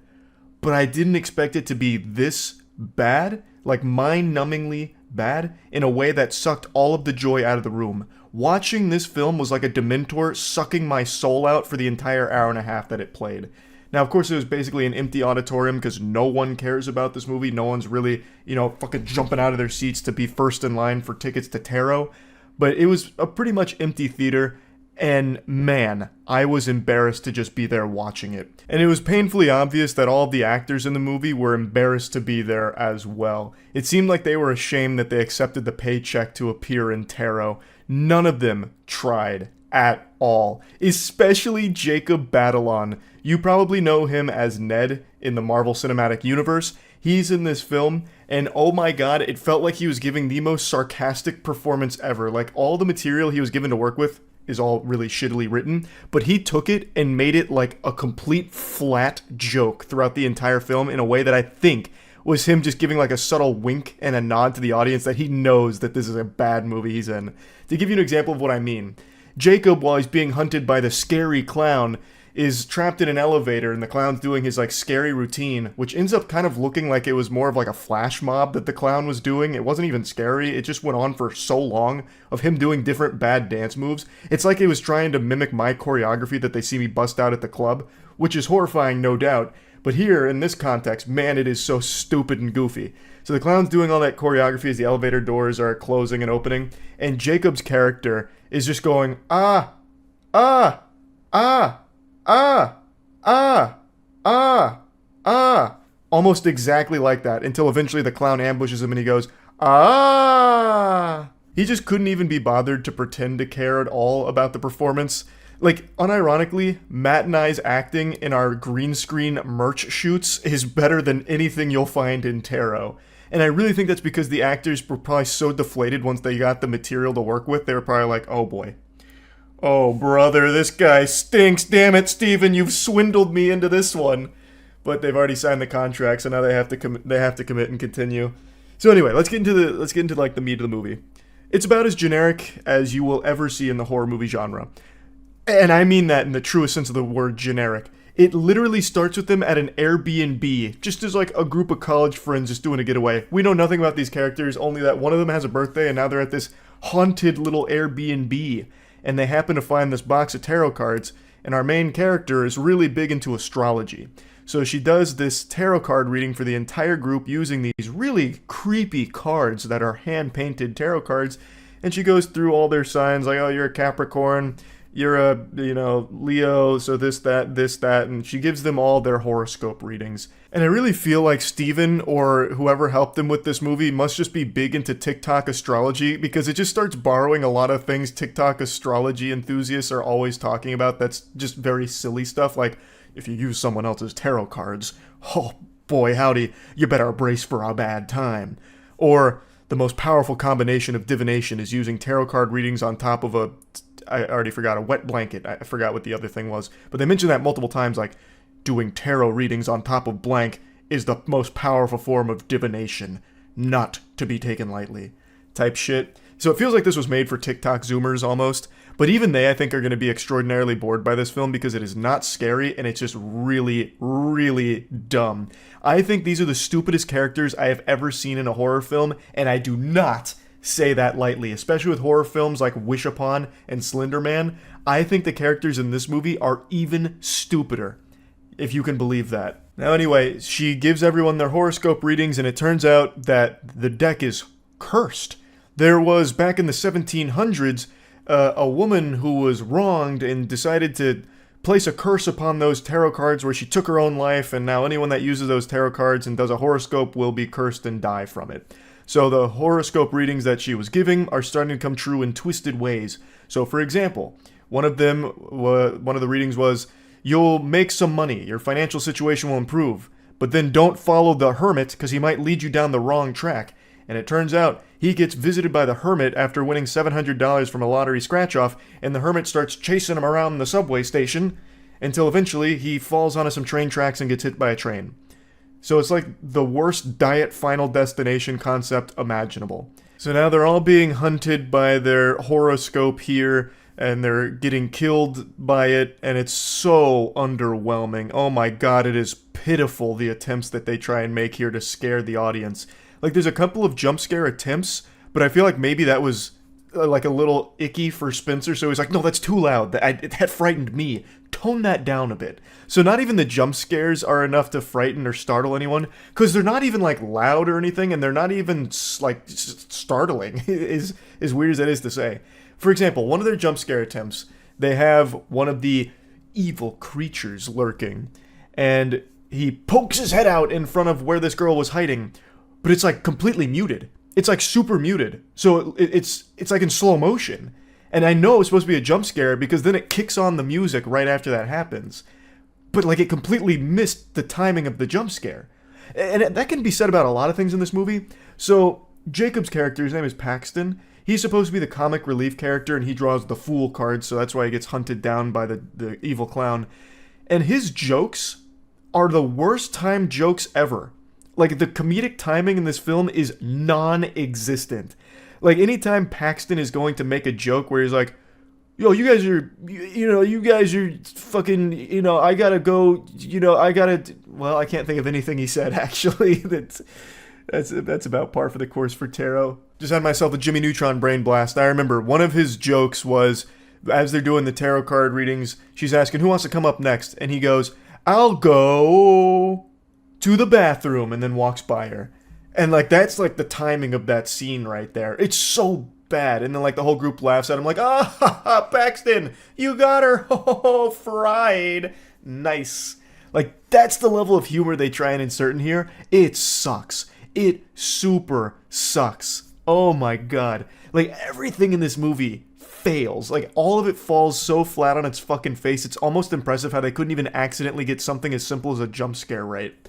So anyway, let's talk about why I actually started getting heated, because usually these kind of things I'd find to be like fun bad and maybe even a little bit charming, but this one was actually just making me upset. So they figure out early on that those tarot card readings that were done is most likely what's killing them. So like, the birthday girl dies, she falls off a ladder after her prediction was she climbs a ladder, but be careful because there might be a crushing blow from the high priestess to, do this and that, and she dies by falling off the ladder. And then the high priestess, which looks like some kind of Party City costume that was trying to emulate like the nurse from Dead by Daylight, comes out and starts hitting her with a ladder, and she dies. And then after that was the guy who got hit by the train from the hermit, and they're like, oh, that's interesting, they're all dying kind of the same way the horoscopes said. Weird. That's probably the cause. And all of them except for one guy immediately buy into it, but they still go and visit like this old lady who they found through a Google search. The most stereotypical horror movie cliche ever. Just like a random old lady who is just the exposition vomiter. She just is present because the writer wasn't able to figure out a way to convey this story in a way that made sense. That they just have this random character that knows everything, so she explains to them and the audience exactly what's going on. And all the characters confirm, like, okay, that's 100% what's going on. Now we know. So in the readings, she kind of says, like, what you need to do to avoid being killed. Like, you know, oh, maybe don't follow the hermit's light because it might lead you down the wrong track. So basically it would be, all right, don't let that light scare you and lead you in different directions and he wouldn't have fallen onto the train track, that kind of thing. So they all know this now. It's the horoscopes. And they're all very well aware of what their predictions were because one of the girls actually filmed her prediction. And their car breaks down, and the prediction was, you know, technology might stop working, but don't be alarmed, just sit tight. There's no reason to run away, because else you might find yourself hanging. That kind of thing. Her card was the hangman. So the car breaks down on this bridge, and the girl is remembering, like, oh, okay, I need to not panic, and I need to not run away. But then, like, on, like, the glass, the hangman draws a hangman, and she's like, ah! Opens the door and starts running. The thing that they just reminded her and herself reminded herself of to not run, she immediately does in this inexplicable panic when what was just established seconds prior is to just sit tight and wait it out. And then she just fucking freaks out, starts running, and then ends up getting caught by the hangman and hangs. And then, even after that, Paxton, who now knows beyond a shadow of a doubt that all he needs to do to survive is to not do what the horoscopes said. And his horoscope was, don't be bullheaded and make rash decisions. And then after that hanging thing, the group gets together and he's like, I'm gonna go back to the apartment, fuck you guys, this is it's PG-13, he doesn't say fuck you guys, he's like, poopy to you guys, this is a bunch of baloney, I'm not gonna be caught, you know, out and about because it puts me at risk, so I'm gonna go back to the apartment. They're like, no, listen, Paxton, you're being bullheaded. That means you're gonna die if you go through with this. You are being bullheaded. Remember with the horoscope reading? And he's like, patooey, I'm going this way. I'm gonna be bullheaded. You don't know what you're talking about. Even though, minutes ago, he just witnessed what happened when you... Like, it's crazy. It's actually crazy. It's like every character here is like Drew Barrymore in 50 First Dates. They just keep forgetting things that have just happened. So, he goes being bullheaded, and what do you know? He gets attacked by the evil clown, the Fool. Like, I actually was so mad. I had no reason to be as mad as I was, but it really felt like Spencer himself was just giving the middle finger to the whole auditorium, like, you guys are stupid for paying money for this, ha ha ha. Like, he was the ultimate evil tarot card slapped on the table here. Like, we just saw these characters describe in detail exactly what not to do, and then two characters do exactly what both of them said they will not do immediately. One of them, I guess you could write off because they got really afraid and frightened, so they stopped thinking rationally. I think that's a lame excuse for it. But Paxton, he was cool, calm, and collected, and then still just said, alright, I'm gonna go die anyway. Like, what? Huh? Like, there's so many things I could really pick apart here, but who gives a fuck? No one's seeing this movie anyway. I know none of you watching this had any interest in it, but man, this one is actually worse than Imaginary and Night Swim. I didn't think we'd find any horror movies for the rest of the year that would compete with those, but man, this one does it. This one actually does it. It is worse than both of those films. Leave it to one of the Moonfall writers to strike a new low in the horror genre of all things. I didn't even know it was possible. But I will talk about one more thing in the movie, because it was another thing that just got me heated. So that old woman that I mentioned earlier, well, eventually the crew goes back to that house to get the tarot cards, because they eventually deduce that, hey, if we destroy the tarot cards, we probably break the curse. So they go there, get the cards, try and burn the cards don't burn. They're like, oh! They do like a fucking Mr. Beast thumbnail shock. And they're like, okay, let's call the old woman. Which, you know, I guess that's a fine idea. But you know what happened like 30 minutes before that? They tried to call that old woman, And it turns out her phone doesn't work. Like, it just goes straight to voicemail because her phone doesn't exist anymore, which is why they drove to her fucking house and you know, snuck up on her in the middle of the night because she doesn't have a phone that works. Yet somehow, during this moment, not only were they able to call that old woman with a phone that didn't exist or didn't work, but she shows up instantly. She literally Goku instant transmissions to the front door there in a matter of seconds, even though it took them like an entire day to drive themselves to her previously. Like, this is just such a poorly made movie from top to bottom. Nobody gave a shit at all. Like, I don't know what you were thinking with this one, Spencer. I really don't. Moonfall is a beautiful disaster. This one is a tragic disaster. It's so shit. So the old woman shows up and I'm like, okay, she's going to be like really helpful here. She's going to be instrumental. So she sets up like this ritual where she was going to reverse the tarot card readings to try and flip it on the evil entity, the old woman who was wronged and cursed the deck. And as she's doing it, the old woman immediately just gets possessed. Like, she gets force choked by the evil entity and then stabbed with 6 swords. Because the evil entity did a tarot card reading on her where she drew the 6 swords card, whatever the fuck that is. And she's like, uh-oh, whoops-a-daisy. So then literally force grabbed and then drops her corpse with 6 swords in it in the middle of like the hallway. And that was the entire role of the old woman. That's it. She showed up just to get stabbed 6 times and contribute nothing. So eventually our main character's like, what if I get a horoscope reading for the evil entity? And like, yeah, that kind of makes sense if you turn your brain off. Why would that work? It's her tarot cards. She is the curse. If she doesn't want to curse herself, she won't. It doesn't matter if you do a horoscope reading. She is the tarot cards. But anyway, she does this reading on the evil entity, and she draws death as the final card. And the entity looks down, I shit you not, as she's strangling the main character. She looks down and goes... and then immediately just gets fucking deatomized. So somehow her reading also killed her, even though she is the reading. It's so stupid. It's so dumb. It's so dumb. And it's even more criminally trash with the way that it wraps itself up, because it turns out Paxton didn't die. So Paxton cruises up in his car in the middle of the night after they defeat the evil entity by giving her a horoscope reading. And he's like, hey guys, I'm like actually totally fine. I was trying to reach you guys. You guys weren't answering. What's up with that? And they're like, how did you survive? And he's like, oh yeah, my roommate opened the elevator door and like scared the jester away. He thought it was like super weird. He was like really wondering what was going on with me.